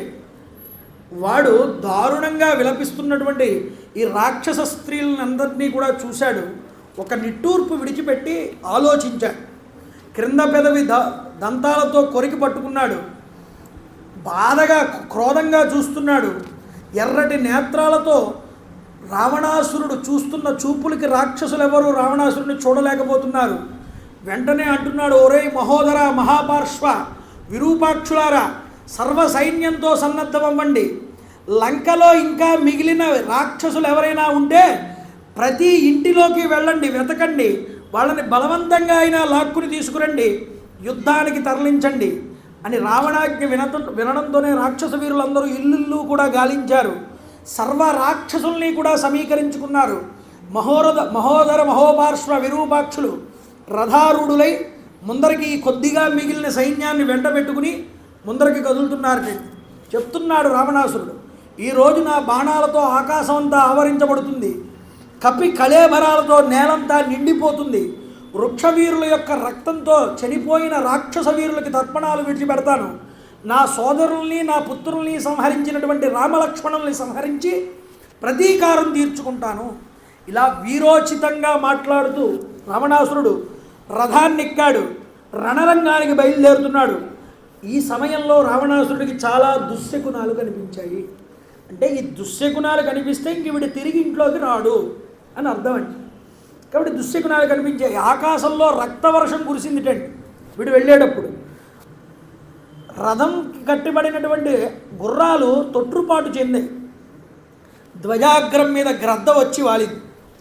ఎడమ కన్ను అదిరింది రావణాసురుడికి, ఎడమ భుజం అదిరింది, ముఖమంతా వివరణమైపోయింది, నక్కలు వచ్చి కూసాయి. వీటిని కూడా లెక్క చేయలేదుట. రావణాసురుడు ముందరికి నడిచాడు. రథ నిర్ఘోషంతో భూనభోంతరాలు కూడా పిక్కటిల్లేటట్లుగా సైన్య గమన భారాన్ని భూమి కంపించిందిటండి. అటు వానర సైన్యం, ఇటు రాక్షస సైన్యం. రామలక్ష్మణుల్ని మార్కుని ఉన్నటువంటి ఉత్తర ద్వారం గుండా యుద్ధభూమిలోకి కదిలాడు ఈ యొక్క రావణాసురుడు. వస్తూనే ముగ్గురు సేనాపతులు కూడా మహోదరుడు, ఆ యొక్క విరూపాక్షుడు, మహాపార్శ్వుడు శరవర్షాన్ని కురిపించారు. ఇంతకాలానికి సరిజోడుతో పోరాడేటటువంటి అవకాశం దక్కిందని సంబరపడిపోయాడు సుగ్రీవుడు. గుల్మ సంరక్షణాభారాన్ని సుషేనుడికి అప్పగించాటండి. మహాశైల శృంగాన్ని ఒకదాన్ని పెకలించి రావణాసురుడికి ఎదురయ్యాడు. హనుమ, అంగద, జాంబవంత్, మైంద, ద్వివిధ నీలాదులందరూ కూడా మహావృక్షాలని చేతిలోకి తీసుకున్నారు. వాటిని ధరించి రాక్షస సైన్యం మీదకు విరుచుకుపడుతున్నారు. సుగ్రీవ విరూపాక్షులకు ఘోర సంగ్రామం జరిగింది. ఎట్టకేళ్లకు పర్వతాఘాతంతో విరూపాక్షుని పడగొట్టాడు సుగ్రీవుడు. మహోదరుడి మీదకి లంఘించాడు. వాడు విసిరినటువంటి ఖడ్గాన్ని లాఘవంగా పట్టుకుని ఆ సుగ్రీవుడు విజయగర్వంతో సింహనాదం చేశాట. అది విని బాధాతప్త హృదయంతో మహాపార్శ్వుడు సుగ్రీవుడి వైపు రథాన్ని మళ్లించాడు. సాలవృక్షాన్ని ఒకటి తీసుకుని అంగదుడు వాడిని నిలవరించాటండి. విరధుడై ఆ రథం కూలిపోయింది, కింద పడ్డాడు. మల్ల యుద్ధం చేస్తున్నారు ఆ యొక్క అంగదుడు, ఆ యొక్క మహాపార్శ్వుడు కూడా. ఇద్దరూ కూడా ముష్టిఘాతాలతో కొట్టుకుంటున్నారు, పాదాలతో తొక్కుకుంటున్నారు. వీళ్ళు చేసే యుద్ధానికి పర్వతాలు కూడా కంపించాయిట. పితృతుల్య పరాక్రముడైనటువంటి అంగదుడు మర్మజ్ఞుడై మహాపార్శ్వుడి యొక్క వక్షస్థలం మీద కొట్టాట. ఆ కొట్టినటువంటి దెబ్బకి ఈ మహాపార్శ్వుడు గుండెలు పగిలి శరీరాన్ని విడిచిపెట్టాడు. ఆ తర్వాత రావణాసురుడి కోసం రావణాసురుడికి విపరీతమైన కోపం వచ్చింది. రాక్షస సంహారం చేసినటువంటి రాముడు ఎక్కడున్నాడా అని వెతుక్కున్నట్ట. అక్కడికి నన్ను తీసుకువెళ్ళమని రథసారథికి చెప్పాడు. ఈరోజు ప్రతీకారం తీర్చుకుంటానని ఆజ్ఞాపించాడు. వెంటనే రథసారథి రథాన్ని రామచంద్ర ప్రభు ఉన్నటువంటి వైపుకి తరలించారు. గ్రీష్మకాల సూర్యుడు కిరణాలను వెదజల్లినట్లుగా బాణాలు వేస్తూ సర్వవానర సైన్యాన్ని చెల్లాచెదురు చేసుకుంటూ రాముడున్న ప్రదేశం వైపుకి వెళ్తున్నాడు రావణాసుడు. ఇంద్రుడితో కూడిన విష్ణుమూర్తిలాగా లక్ష్మణుడితో కలిసి ఉన్న రామచంద్ర ప్రభువుని చూశాడు. పద్మపత్ర విశాలాక్షుడైన ఆజానుబాహుడైన రామచంద్ర ప్రభువుని చూశాడు. ఆకాశాన్ని తాకుతున్నటువంటి మహాధనస్సును పట్టుకున్నట్టు రామచంద్ర ప్రభు చూశాడు.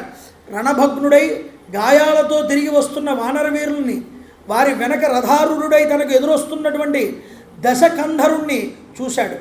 ఈ రావణాసుడు వానరులందరినీ బాణాలతో కొడుతుంటే వాళ్ళు పరిగెత్తుకుంటూ రాముడి వైపుకి వచ్చేస్తున్నారు. వారి వెనకాలే వేగంగా రాముడి మీదకి వస్తున్నటువంటి రావణాసురుడిని చూశాడు. కొంతసేపు రామచంద్ర ప్రభు ఆగి, వీడు ఎందుకు వస్తున్నాడు, నన్ను ఏమైనా వచ్చి శరణు వేడతాడా, సీతను అప్పగిస్తాడా అని ఆలోచించాటండి రామచంద్ర ప్రభు. ఆ అవకాశం ఇచ్చాడు, ఏదైనా మారతాడేమోనని. ఉరకలు వేస్తున్న ఉత్సాహంతో ధనస్సును ఎక్కుపెట్టి టంకారం చేశాట.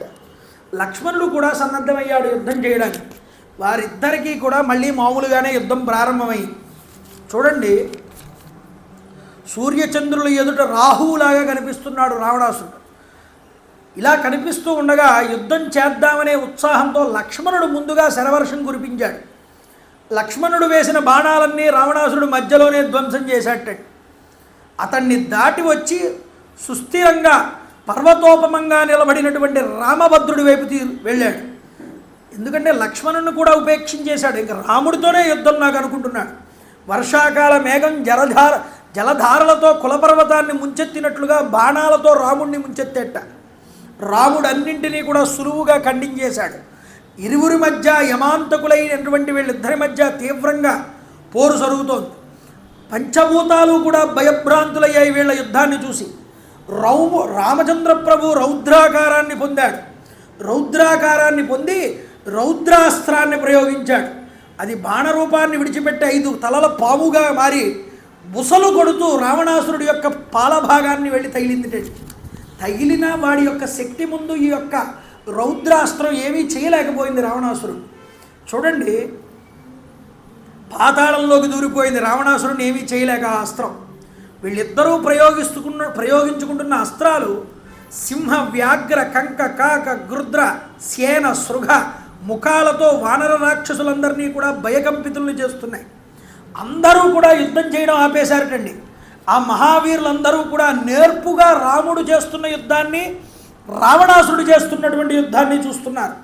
ఈలోపు లక్ష్మణుడు కల్పించుకుని తన బాణాలతో రావణాసురుడిని ఇబ్బంది పెడుతున్నాడు. అతి క్రోధావిష్టుడై శక్తి అనేటటువంటి ఆయుధాన్ని చేతిలోకి తీసుకుని మధ్యలో రాముడితో యుద్ధం చేస్తుంటే వీడెందుకు నన్ను అడ్డగిస్తున్నాడనే కోపంతో చేతిలోకి మయాసురుడు అనేటటువంటి వాడు చేత తయారు చేయబడినటువంటి శక్తి అనేటటువంటి ఆయుధాన్ని తీసుకున్నాడు. దానికి గంటలు కట్టిబడి ఉన్నాయి. దాన్ని లక్ష్మణుడు మీదకి విసిరాట్టాడు. విసరగానే ఎన్ని బాణాలతో దాన్ని అడ్డుగిద్దామన్నా అడ్డగించుకోలేకపోయాడు లక్ష్మణుడు.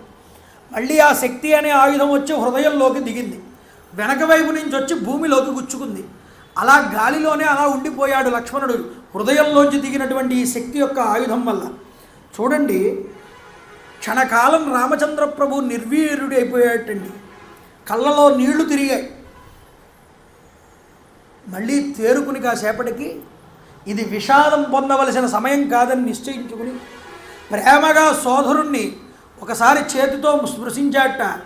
అతడి సంరక్షణ బాధ్యతలన్నీ సుగ్రీవుడికి, హనుమంతుడికి అప్పగించి రావణ వధకింక పూనుకుంటున్నట్ట రామచంద్ర ప్రభు. చూడండి, రాజ్యభ్రంశం, వనవాసం, దండకారణ్య క్లేశం, వైదేహిని అపహరించి తీసుకురావడం, రాక్షసకృత ధిక్కరణం, ఇవన్నీ కూడా అతడి మదిలో ఒక్కసారి కదిలాయి రామచంద్ర ప్రభువుకి. కదలగానే ఈరోజే ప్రతీకారం తీర్చుకుంటాను వీటన్నింటికి అనుకున్నాడు. ఈరోజే ప్రపంచమంతా కూడా అరామమో అరావణమో ఏదో ఒకటి జరిగి తీరుతుందన్నాడు. అస్మిన్ ముహూర్తే నచిరాత్ సత్యం ప్రతిశృణోమి వహ అరావణం అరామం వా జగద్రక్షాదవానరా. ఈరోజు రావణుడు కానీ రాముడు కానీ ఎవరో ఒకళ్ళే మిగులుతారన్నాడు వానరులందరితో కూడా. సుగ్రీవ సఖ్యం, వానర వీరుల సమీకరణం, సేతు బంధనం, సముద్రాన్ని దాటడం, అన్నింటికీ ఏకైక లక్ష్యం ఏమిటి అంటే ఏకైక లక్ష్యం ఈ రావణాసురుని వధించడమే. ఈరోజు అది నేను నిర్వర్తిస్తానన్నాడు.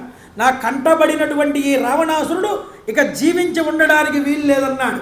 ఓ వానరులారా, మీరందరూ పర్వతాగ్రాల మీద, చెట్ల కొమ్మల మీద ఎక్కి కూర్చోండి. మా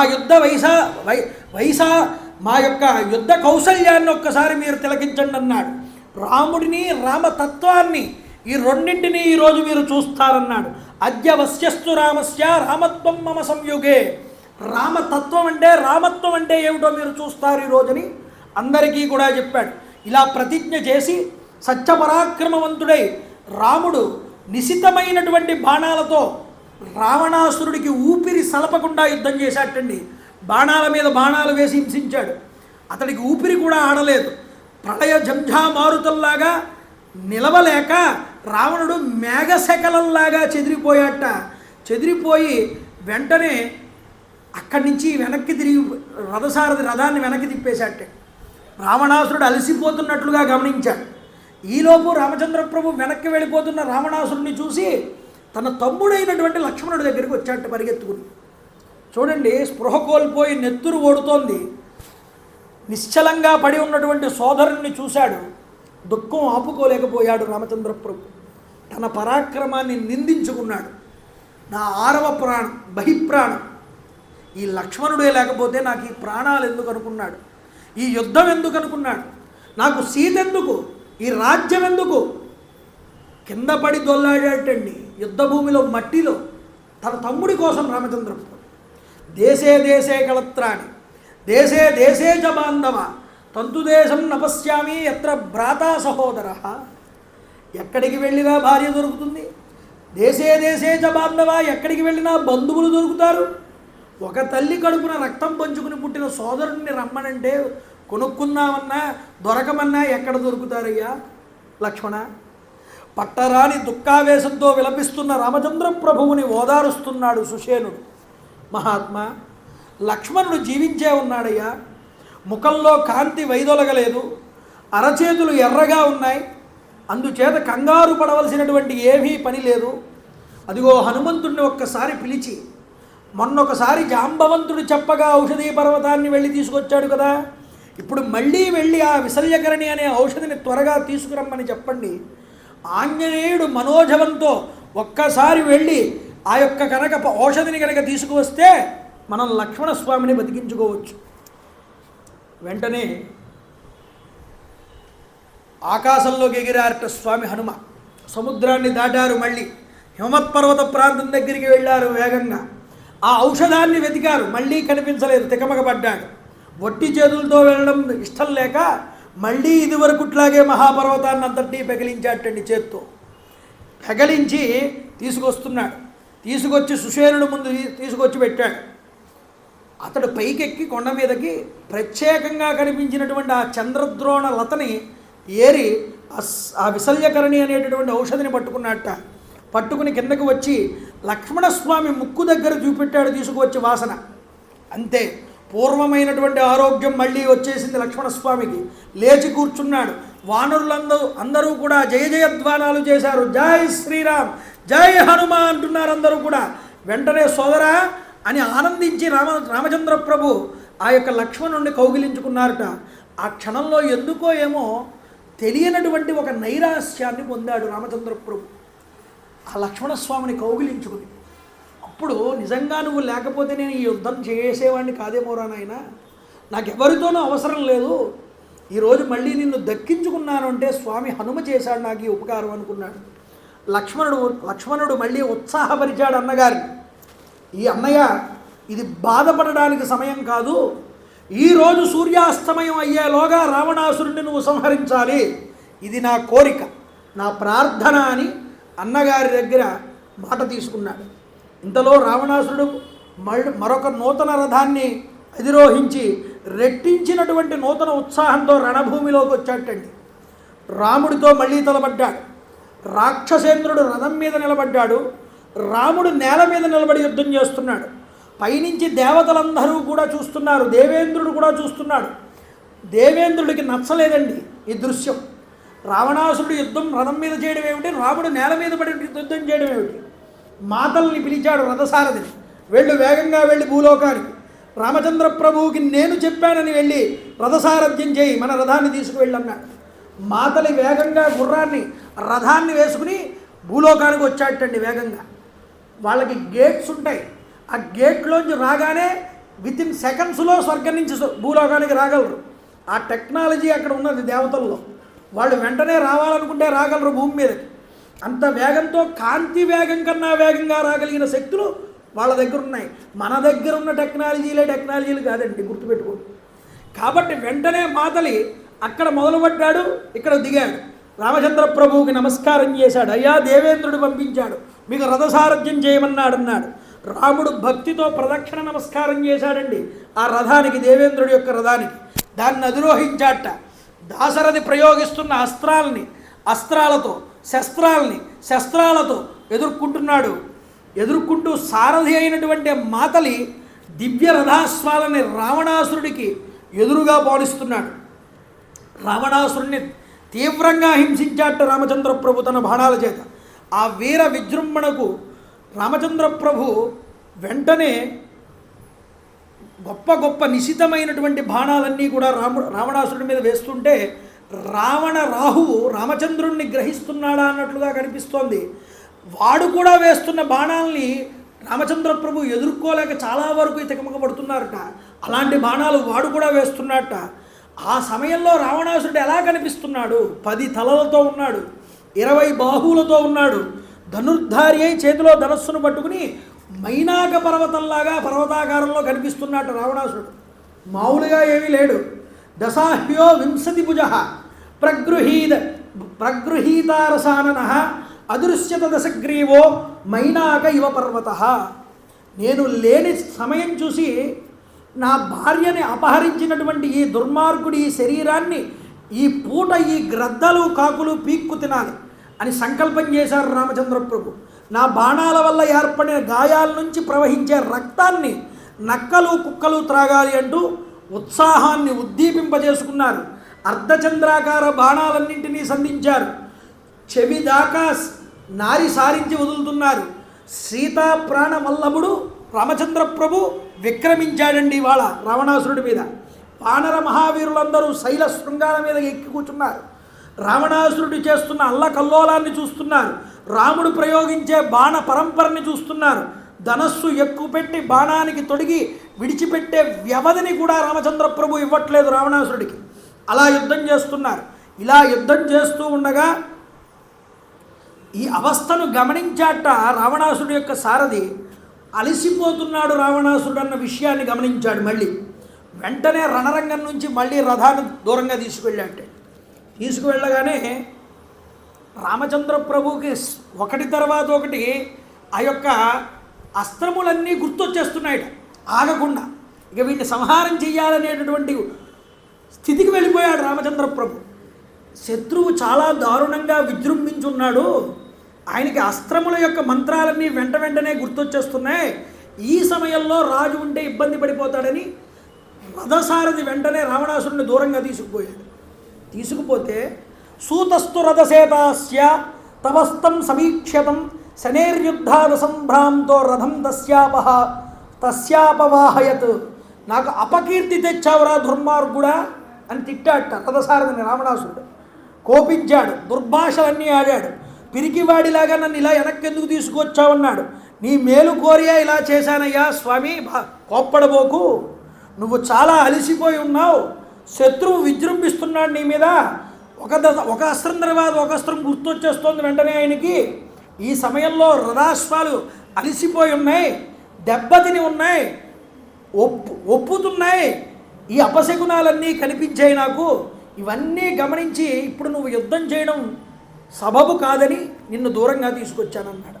కాసేపు కాస్త స్వాంతనపడు, కాస్త మళ్ళీ ధైర్యాన్ని వీర్యాన్ని పుంజుకో, అప్పుడు మళ్ళీ యుద్ధానికి వెళ్దామన్నాడు. సరే మంచి పని చేశామని చేతికున్న కంకణాన్ని తీసి బహూకరించాడు రావణాసురుడు. అతని యొక్క సేన ఆ యొక్క రథసారథి ఇచ్చి మళ్ళీ రామాభిముఖంగా పోనిమ్మన్నాడు రథాన్ని. కాసేపటికి పోనిచ్చాడు. జయం పొందకుండా ప్రాణాలతో రణరంగం నుండి వైదొలిగేటటువంటి సమస్య లేదన్నాడు. ఇలా భీకరంగా బయలుదేరుతుంటే వీడు వెనక్కి తిరిగి వెళ్ళిపోగానే ఆ యుద్ధరంగంలోకి అగస్త్య మహర్షి వారు వచ్చారు. చూడండి ఇక్కడ చెప్తున్నారు, తతో యుద్ధ పరిశ్రాంతం సమరే చింతయా స్థితం రావణం జాగ్రత్తో దృష్ట్వా యుద్ధాయ సముపస్థితం దేవతైశ్చ సమాగమ్యాం ద్రష్టుమభ్యాగతోరణం ఉపగమ్యాద్ బ్రవీద్ రామ అగస్త్యో భగవాన్ ఋషి. అగస్త్య మహర్షి భగవంతుడు అయినటువంటి దేవతలందరితో కలిసి అక్కడికి వచ్చాటండి. ఎందుకోసం వచ్చాడు అంటే రామరామ మహాబాహో శృణుగుహ్యం సనాతనం. ఇలా రావయ్యా రామ, నీకు ఒక గుహ్యం, చాలా రహస్యమైనటువంటి ఒక విషయాన్ని చెప్తాను, అది నువ్వు ఆచరించాలి అని చెప్పాడు. ఏమిటిట? శృణుగుహ్యం సనాతనం, సనాతనమైనటువంటి ఒక మంత్రాన్ని నీకు ఇస్తున్నాను. అంటే చూడండి, రామాయణం అంతా కూడా మనకి సూర్య ఉపాసనని చూపిస్తుంది. ఇక్ష్వాకువంశ ప్రభు రామచంద్ర ప్రభు. ఇక్ష్వాకువంశం సూర్యవంశం, సూర్యభగవానుడికి చెందిన వంశమే. అందుకనే సమయం దొరికినప్పుడల్లా రామచంద్ర ప్రభు సూర్యుడిని ఉపాసన చేస్తాడు. అరణ్యకాండలో కూడా సూర్యుడిని వర్ణిస్తాడు రాముడు లక్ష్మణుడితో చెప్పి. ఈ యొక్క అందచందాలు చూస్తూ ఉంటే, లక్ష్మణ, ఈ అరణ్యంలో దొరికేటటువంటి పూలన్నింటినీ తీసుకుని ఒక మాల కింద గుర్చి తీసుకువెళ్ళి అదిగో ఆ సూర్యబింబం దగ్గరికి వెళ్ళి ఆ సూర్యుడికి మాలగా వెయ్యాలనిపిస్తోందయ్యా నాకు అంటాడు అరణ్యకాండలో లక్ష్మణుడితో. అంటే చూడండి, అదే తర్వాత మనకి కౌసల్య సుప్రజ రామ పూర్వ సంధ్యా ప్రవర్తతే అని విశ్వామిత్రులు వారు చెప్పారు రాముడికి. కర్తవ్యం దైవమాహ్నికం, దేవతల యొక్క ప్రయోజనాన్ని నెరవేర్చడానికి నువ్వు నడానికి ఆ యొక్క కటిబద్ధుడివికా, సిద్ధపడు అని వ్యంగ్యంగా చెప్పాడు విశ్వామిత్రుడు. అందువల్ల కర్తవ్యం దైవమాహ్నికం అంటే దేవతల్ని పూజించవయ్యా సమయంలో, ఈ సంధ్యా సమయంలోనే అర్థం ఒకటి. నీ ఇంటి ఇలవేల్పోయినటువంటి సూర్యుడిని ఉపాసన చేయవయ్యా, గాయత్రీ మంత్రాన్ని ఉచ్చరించవయ్యా. ఇది నేను దర్శించినటువంటి మంత్రం, అంటే ఋషుల చేత దర్శించబడినటువంటి మంత్రములు, స్తోత్రములు ఇవన్నీ కూడా శక్తివంతమైనటువంటివి. అవి మనకి తెలియకపోవచ్చు ఆ శబ్దాలలో ఉన్నటువంటి గొప్ప విశేషాలు. కానీ ఋషులు వాటిని దర్శించి వాటి ప్రయోజనాల్ని మనకు అందించారు.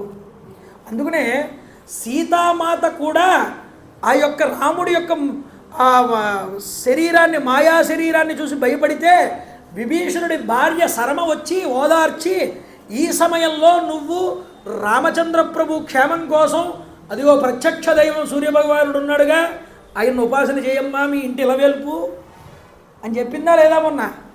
అర్థం ఏమిటంటే రాముడి కన్నా ముందే సీతమ్మ తల్లి సూర్యుని ఉపాసన చేసింది. ఇప్పుడు మీ ఇంటి ఇలవేల్పుని పట్టుకో, నీకు విజయం లభిస్తుంది రామ అని అగస్త్యుల వారు వచ్చి శృణుగుహ్యం సనాతనం ఏన సర్వాన్ నరీన్ వత్స సమరే విజయిష్యసి, నీకు సమరంలో విజయం లభిస్తుంది. రామరామ మహాబోహో శృణుగుహ్యం సనాతనం, ఆదిత్య హృదయం పుణ్యం. ఆదిత్యుడు సూర్యభగవానుడు జేయస్సదా సవితృమండల మధ్యవర్తి, ఆ సవితృ సూర్యనారాయణ స్వామి హృదయాన్ని నీకు చెప్తున్నాను.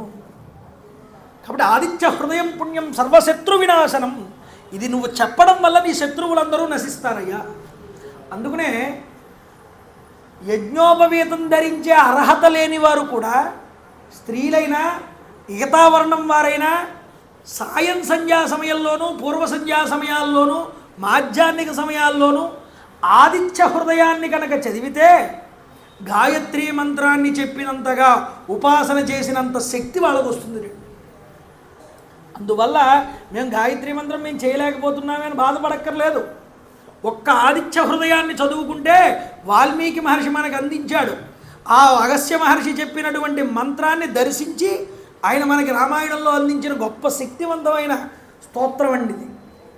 కాబట్టి ఆడవాళ్ళు చదువుకోవచ్చు, మగవాళ్ళు చదువుకోవచ్చు. బ్రాహ్మణుడైతే ఖచ్చితంగా సంధ్యావందనం చేసి గాయత్రి చెప్పుకుని అప్పుడు ఆదిత్య హృదయం చేయాలి.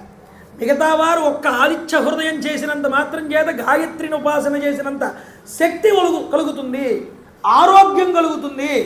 అంత శక్తివంతమైన శ్లోకం అండి ఇది, స్తోత్రం ఇది. అందువల్ల చెప్తున్నాడు సర్వశత్రు వినాశనం జయావహం జపేన్నిత్యం, ఇది రోజు జపించడం వల్ల నీకు జయం కలుగుతుందయ్యా. అంతేకాదు అక్షయ్యం పరమం శివం, సకల మంగళాల్ని అక్షయంగా ఇస్తుంది ఈ యొక్క స్తోత్రం నీకు. అందువల్ల సర్వమంగళ మాంగళ్యం సర్వ పాప ప్రణాశనం, సకల పాపాలని పోగొడుతుంది. అంతేకాదు చింతాశోక ప్రశమనం, నీ చొక్క చింతని శోకాన్ని దూరం చేస్తుంది. అలసిపోయి ఉన్నావుగా రావణాసుడితో యుద్ధం చేసి ఈ చింతలన్నీ పక్కకి తొలగిస్తుంది.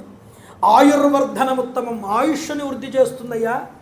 అందుకనే ఆరోగ్యం భాస్కరాదిచ్చేత్, నీకు ఆరోగ్యం ఇవ్వాలంటే సూర్యభగవానుడే ఇవ్వాలి. అందువల్ల ఆరోగ్యం వృద్ధి చెందుతుందిట ఈ స్తోత్రం చదివితే.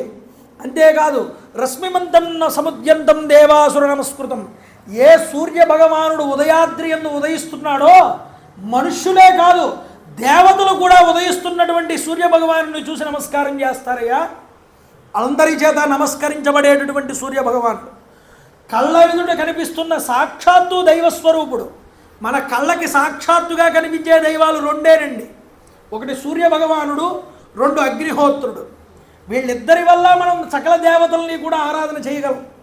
ఏ లోకాలని పొందాలన్నా, ఏ దేవతల్ని మనం హోమాల ద్వారా యజ్ఞాల ద్వారా తృప్తిపరచాలన్నా అది అగ్నిహోత్రుడు సూర్యమండలం, ఈ రెండింటి వల్లే జరుగుతుంది. అందువల్ల సూర్యానుగ్రహం ఉండాలి. సూర్యుడి అనుగ్రహం పడితే ఇంటిలో రోగాలుండవు, ఆరోగ్యంగా జీవితాన్ని గడుపుతారు. అంతేకాదు సర్వదేవతాత్మకో హ్యేష, సర్వదేవతలలో ఉన్నటువంటి ఏకీకృత స్వరూపం కూడా సూర్యభగవానుడే. ఆయన యొక్క స్వరూపమే సకల దేవతల్లోనూ ప్రకాశిస్తున్నది. అంతేకాదు సర్వదేవతాత్మకో హేష తేజస్వి రశ్మివావన, ఆయన తేజస్వి, ఆయన కన్నా తేజస్సు ఎవరికి ఉంటుందండి? అందుకే హనుమ సుందరకాండలో ఆదిత్యవ తేజస్వి లోకకాంత శశీయధ అన్నాడు. లోకాల్లో సూర్యుడిని మించినటువంటి తేజస్సు మరొకళ్ళకు ఉండదు.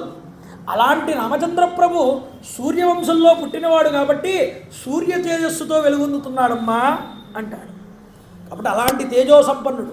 రశ్మిభావన, ఆయన యొక్క తేజస్సు నుంచి వచ్చే కిరణాలు సకల మంగళమైనటువంటి ఆలోచనల్ని కలగజేస్తాయి.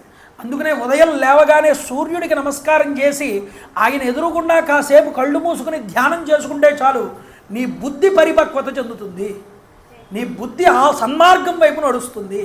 అందుకనే ధియోయోన ప్రచోదయాత్, మా బుద్ధులు ప్రేరేపించబడుగాక, జ్ఞానాన్ని మా బుద్ధులు పొందుగాక, అధర్మంగా మేము చరించకుండా ఉండుముగాక అని దేవతని ప్రార్థన చేస్తారు. ఆ సూర్యభగవాను పట్టుకుని ఉపాసన చేసిన వాడికి ఎంతైనా లాభం చేకూరుతుందంటున్నాడు అగస్త్యుడు. చూడండి, మనకి ఇద్దరు ఋషులు కనిపించారు. విశ్వామిత్రుడు మొదట, చిట్ట చివర మనకి అగస్త్యుల వారు. మీకు చెప్పాను అరణ్యకాండలో, రాముణ్ణి చూడడానికి ఎగబడ్డారు ఋషులందరూ కూడా దండకారణ్యంలో అడుగు పెడితే. కానీ రాముడు మాత్రం ఒక్క మహర్షిని చూడడానికి ఇష్టపడ్డాడు, ఎగబడ్డాడు. నేను అగస్త్యుల వారి దర్శనం చెయ్యాలి అన్నాడు. అలాంటి వాడు అగస్త్య మహర్షి. అలాంటి అగస్త్య మహర్షి వారు మంత్రాధిష్టాన దేవతగా అగస్త్యో భగవాన్ ఋషి. మనం ఏదైనా మనం చెప్తే దానికి ఒక ఋషి పేరు చెప్తాం ముందు. ఆ ఋషి పేరుగా ఇక్కడ అగస్త్యుల వారు మంత్రం ముందే ఆయన ముందుగా చెప్తున్నారు. అగస్త్య మహర్షి చేత ప్రతిపాదించబడిన సూర్య మంత్రం ఇది. చూడండి, ఏష బ్రహ్మాచ విష్ణుశ్చ శివస్కంద ప్రజాపతి మహేంద్రో ధనదక్కాలో యవస్సోమో యమాంపతి. ఆయనే రుద్రుడు, ఆయనే విష్ణువు, ఆయనే శివుడు, ఆయనే స్కందుడు, ఆయనే బ్రహ్మగారు, ఆయనే మహేంద్రుడు. అన్ని రూపాలు పొంది అక్కడ మనకి నిలబడి మన ప్రాణాలని నిలబెడుతున్నాడయ్యా. అన్ని దేవతా స్వరూపాలకి ఆయన సాక్షిగా అక్కడ నిలబడ్డాడు. ఆయన్ని దర్శిస్తే నువ్వు ఏ దేవతనైనా దర్శనం చేసినట్టే. నీకు శివుడంటే ఇష్టం, ఆయన్ని చూసి నమస్కారం చేయి. శివుణ్ణి ఆయనలో చూడు, నువ్వు శివుడికి నమస్కారం చేసినట్టే లెక్క. ఆదిత్యస్య శివం విద్యాత్, శివం ఆదిత్య రూపిణం ఉభయో అంతరం నాస్తి ఆదిత్యస్య శివస్య చ అంటుంది శివమహాపురాణం. కాబట్టి శివుడిని దర్శనం చేయాలి అనుకుంటే ఆయన్ని నమస్కారం చేయవయా, నీకు శివ దర్శనం అయినట్టే. అందుకనే వేసంకాలంలో వేడి ఎక్కువైపోతే సహస్రఘట్టాభిషేకం ఈశ్వరుడికి చేస్తే ఆయన చల్లబడతాడు. ఎందుకు చల్లబడ్డం అంటే ఈ రూపంలో ఉన్నది ఆయనేనయ్యా అని చెప్పడం. చూడండి, అన్ని దేవతా స్వరూపాలు ఆయనే. అంతేకాదు పితరో వసవస్సాధ్య అశ్వినౌ మరుతో మనుహు, పితరుల యొక్క స్వరూపము కూడా ఆయనే. నువ్వు ఇచ్చేటటువంటి పిండ ప్రదానాలు, తిలదర్పణాలు అన్నీ ఆయన ముఖతాహే స్వీకరిస్తారు పితృదేవతలందరూ కూడా. ఆయనే ప్రధానం అందరికీ. కాబట్టి మరత్తులు అశ్విని దేవతా స్వరూపాలు కూడా ఆయనే. వాయుర్వహ్ని ప్రజాప్రాణ ఋతుకర్త ప్రభాకర. ఈ భూమి మీద వాయువు ఉందన్నా, అగ్ని ఉందన్నా, ఋతువులు మారుతున్నాయి అన్నా, ఈ ప్రాణకోటి నిలబడుతోందన్నా, ఈ వాతావరణం నిలబడి మనుషులందరూ ఉండగలుగుతున్నారన్నా కేవలం ఆయన వల్లే. గుర్తుపెట్టుకోండి అని చెప్తున్నాడు. ఆదిత్య సవిత సూర్య ఖగపూషాఖమస్తిమాన్ సువర్ణ సదృశో భాను హిరణ్యరేతా దివాకర. ఆయన పేర్లు చెప్తున్నాడు. ఏ ఏ పేరుతో సూర్యుని ఉపాసన చేస్తే ఒక్కొక్క లాభం ఉంటుందండి. మనం ప్రత్యేకించి ఒక్క ఆదిత్య హృదయం గురించి ఒక 10 రోజులు చెప్పుకోవచ్చు, ఒక్కొక్క నామాన్ని ఒక్కొక్క రోజు వివరించుకోవచ్చు. అంత గొప్ప సబ్జెక్ట్ ఇది. రామాయణాంతర్గతంగా మనం ఏదో స్పృశించి విడిచిపెడుతున్నాం. కానీ నిజంగా రుద్ర నమ్మకానికి ఎంత శక్తి ఉందో ఆదిత్య హృదయానికి అంత శక్తి ఉంది. మీరు గుర్తుపెట్టుకోండి. నమస్తే రుద్రమన్యవ ఉతోదైషవే నమః, నమస్తే అస్తు ధన్మనే బాహుభ్యాముతే నమః. ఇలాగ రుద్రమంత్రాన్ని నమస్తే నమః నమః అని చెప్తామే, అలాగే ఇక్కడ చెప్తున్నాడు. నమ పూర్వాయ గిరయే పశ్చిమ గిరయే నమః, జ్యోతిర్గణానాం పతయే దినాధిపతయే నమః, జయాయ జయభద్రాయ హర్యస్వాయ నమో నమః, నమో నమః సహస్రాంశో ఆదిత్యాయ నమో నమః, నమ ఉగ్రాయ భీభీరాయ సారంగాయ నమో నమః, నమ పద్మ ప్రబోధాయ మార్తాండాయ నమో నమః, బ్రహ్మేశానచ్యుతేశాయ సూర్య ఆదిత్యవర్చసే భాస్వతే సర్వభక్షాయ రౌద్రాయ వపుషే నమః తమోగ్నాయ హిమగ్నాయ శత్రుఘ్నాయ మితాత్మనే కృతజ్ఞగ్నాయ దేవాయ జ్యోతిషాం పతయే నమః తప్తచావీకరాభాయ వహ్నయే విశ్వకర్మణే సమస్తమో అభిజ్ఞాయ రుచయే లోకసాక్షిణే. ఇలాగ నమః నమః నమః. అయ్యా, ఇలాంటి స్వరూపాలు పొందినటువంటి ఓ సూర్య భగవానుడా, నీకు నేను నమస్కారం చేస్తున్నానని సూర్యుడు నమస్కార ప్రియోవహి సూర్య. ఆయనకి నమస్కారం చేస్తే పొంగిపోతాడు, ఇంకేం చేయక్కర్లేదు ఆయనకి. నువ్వేదో పూజలు పునస్కారాలు అంటావు కానీ వాటన్నింటికన్నా సూర్యుడికి ఒక్క నమస్కారం చేస్తే ఆనందచికితుడు అవుతాడు. అందుకనే సూర్య నమస్కారాలు శరీరానికి ఆరోగ్యాన్ని ప్రదర్శిస్తాయి. అంతేకాదు, ఆయనకి చూసి నమస్కారం చేసి నువ్వు కనుక వెళ్తే ఏ పనైనా జరుగుతుంది. అంతేకాదు, అందుకనే హనుమ సుందరకాండ ప్రారంభమవుతూ సూర్యాయ మహేంద్రాయ పవనాయ స్వయంభువే, ముందు సూర్యుడికి నమస్కారం చేశాడండి. మన పనులు జరగాలంటే ఆయన అనుగ్రహం కావాలి. ఇలా చెప్తే వెంటనే ఈ యొక్క ఆదిత్య హృదయం ఇంత గొప్పదని వివరించాడు అగస్త్యుడు. అస్మిన్ క్షణే మహాబాహో రావణం తం వదిష్యసి ఏవముక్తా తథాగస్త్యో జగామచ యథాగత. ఇది నువ్వు 3 సార్లు జపించు, 3 మార్లు, వెంటనే వెళ్ళి యుద్ధం చేయి, నువ్వు యుద్ధంలో విజయాన్ని సాధిస్తావు అని అక్కడి నుంచి వెళ్ళిపోయాట అగస్త్య మహర్షి వారు. అంటే తాను ఇచ్చినటువంటి మంత్రం మీద ఆయనకు అంతటి పట్టు, నమ్మకం. రాముడు చేస్తాడని అతనికి నమ్మకంతో మంత్రాన్ని ఇచ్చాడు, దాన్ని పట్టుకున్నాడు రాముడు. వెంటనే ఆకాశంలో ఉన్నాడు ఆ యొక్క సూర్యభగవానుడు. రామచంద్ర ప్రభు 3 సార్లు ఆచమనం చేశాడు. ఏనమాపత్సుకృత్యేషు కాంతారేషు వయేషు కీర్తయన్ పురుష కశ్చిన్నావసీత రాఘవ. ఒక్కసారి రాఘవ, రామ, ఇక ఆలస్యం చేయకయ్యా, అదరవి వరధన్ నిరీక్షమాణం ముదితమనాహ సకలం ప్రకృష్యమాన. ఇక ఆలస్యం చేయొద్దు, రావణాసురుడు నిహతుడైపోయినట్టే, నువ్వు నన్ను తలుచుకున్నావు, నీకు విజయప్రాప్తి అన్నాడు. వెంటనే రామచంద్ర ప్రభు రథాన్ని ఎక్కారు. ఇక మాతలి సిద్ధపడుతున్నాడు. రావణాసురుడు మళ్ళీ తిరిగి యుద్ధానికి వస్తున్నాడు. ఇక యుద్ధం చేస్తాడు. రేపన్నటి రోజున రావణాసురుడిని నిహతుడిని చేయడం, రాముడు ఆ యొక్క అయోధ్యకు బయలుదేరడం అనేటటువంటి సన్నివేశాల్ని, సీతకి అగ్ని పరీక్ష ఎందుకు పెట్టవలసి వచ్చిందన్న విషయాన్ని మనం చర్చించుకుని ఎల్లుండ రోజున మనందరం చక్కగా రామచంద్ర ప్రభువుకి పట్టాభిషేకం, కళ్యాణం రెండూ కూడా ఈ ప్రాంగణంలో చేసుకుని ఈ సంవత్సరంతో ఈ రామాయణాన్ని ఈ విధంగా పూర్తి చేసుకుని పరిపూర్ణ రామానుగ్రహాన్ని పొందుదామండి. కాబట్టి రేపు సాయంత్రం కల్లా రామనామాలు పూర్తి చేసిన వాళ్ళందరూ కూడా తీసుకువచ్చి ఇక్కడ పుస్తకాలు అప్పచెప్పండి. అక్కడికి వచ్చి ఎల్లుండ పొద్దున్నే మనం ఇక్కడ ఆ పుస్తకాలన్నింటినీ శ్రీరామ జయరామ మంత్రంతో ఆటోలో పెట్టించి మనం ఊరేగించడం జరుగుతుంది. సాయంత్రం కళ్యాణం దగ్గర కూడా ఉంచి వచ్చిన భక్తులందరికీ దర్శనం చేయిస్తాం. ఆ పసుపు గుడ్డలతో కట్టి వాటిలన్నింటినీ పుస్తకాల్ని అందరూ దర్శనం చేసుకుంటారు. ఇకతా పూర్తి చేయని వాళ్ళు ఎవరైతే ఉంటారో వాళ్ళకి ఒక వారం రోజులు సమయం ఇవ్వడం జరుగుతుంది. వాళ్ళు కూడా అది పూర్తి చేసి వారం రోజులు అప్పగిస్తే ఇది మనం భద్రాచలం తీసుకువెళ్ళి అప్పగించడం జరుగుతుంది. ప్రతి సంవత్సరం మీ అందరికీ కూడా ఇది అలవాటుగా మారాలి. ఈ సంవత్సరం మొదలుపెట్టింది మళ్ళీ వచ్చే సంవత్సరం మీరు సొంతంగా ఎంతో కొంత రామనామాలు రాసి ఈ సభా ప్రాంగణంలో అందించేటటువంటి ప్రయత్నం చేయండి. మీ జీవితానికి రామనామం ఒక శ్రీరామ రక్ష అవ్వాలని కోరుకుంటున్నాను.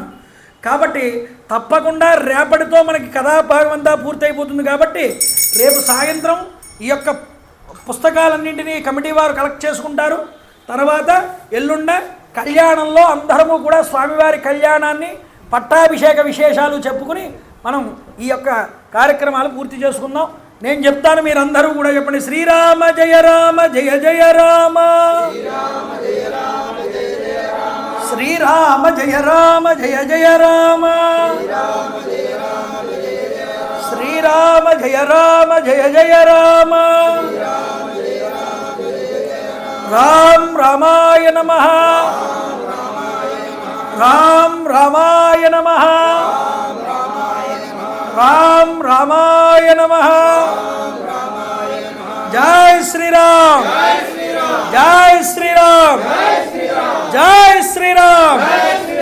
రామభక్త హనుమాన్ కి, రామభక్త హనుమాన్ కి, రామభక్త హనుమాన్ కి, సీతారామచంద్ర స్వామికి, సీతారామచంద్ర స్వామికి, సీతారామచంద్ర స్వామికి. మంగళం కౌసలేంద్రాయ మహనీయ గుణాత్మనే చక్రవర్తి తనూజాయ సర్వభౌమాయ మంగళం. ఉమాకాంతాయ కాంతాయ కామిదార్థప్రదాయినే శ్రీగిరీశాయ దేవాయ మల్లినాథాయ మంగళం. కాళే వర్షతు పర్జన్య పృథివీ సత్యశాలిని. జై గురుదేవదత్త. సర్వం శ్రీవామహేశ్వర పరబ్రహ్మ ప్రణవస్తు. స్వస్తి. గోవింద గోవింద గోవింద. హర నమ పార్వతీవదే.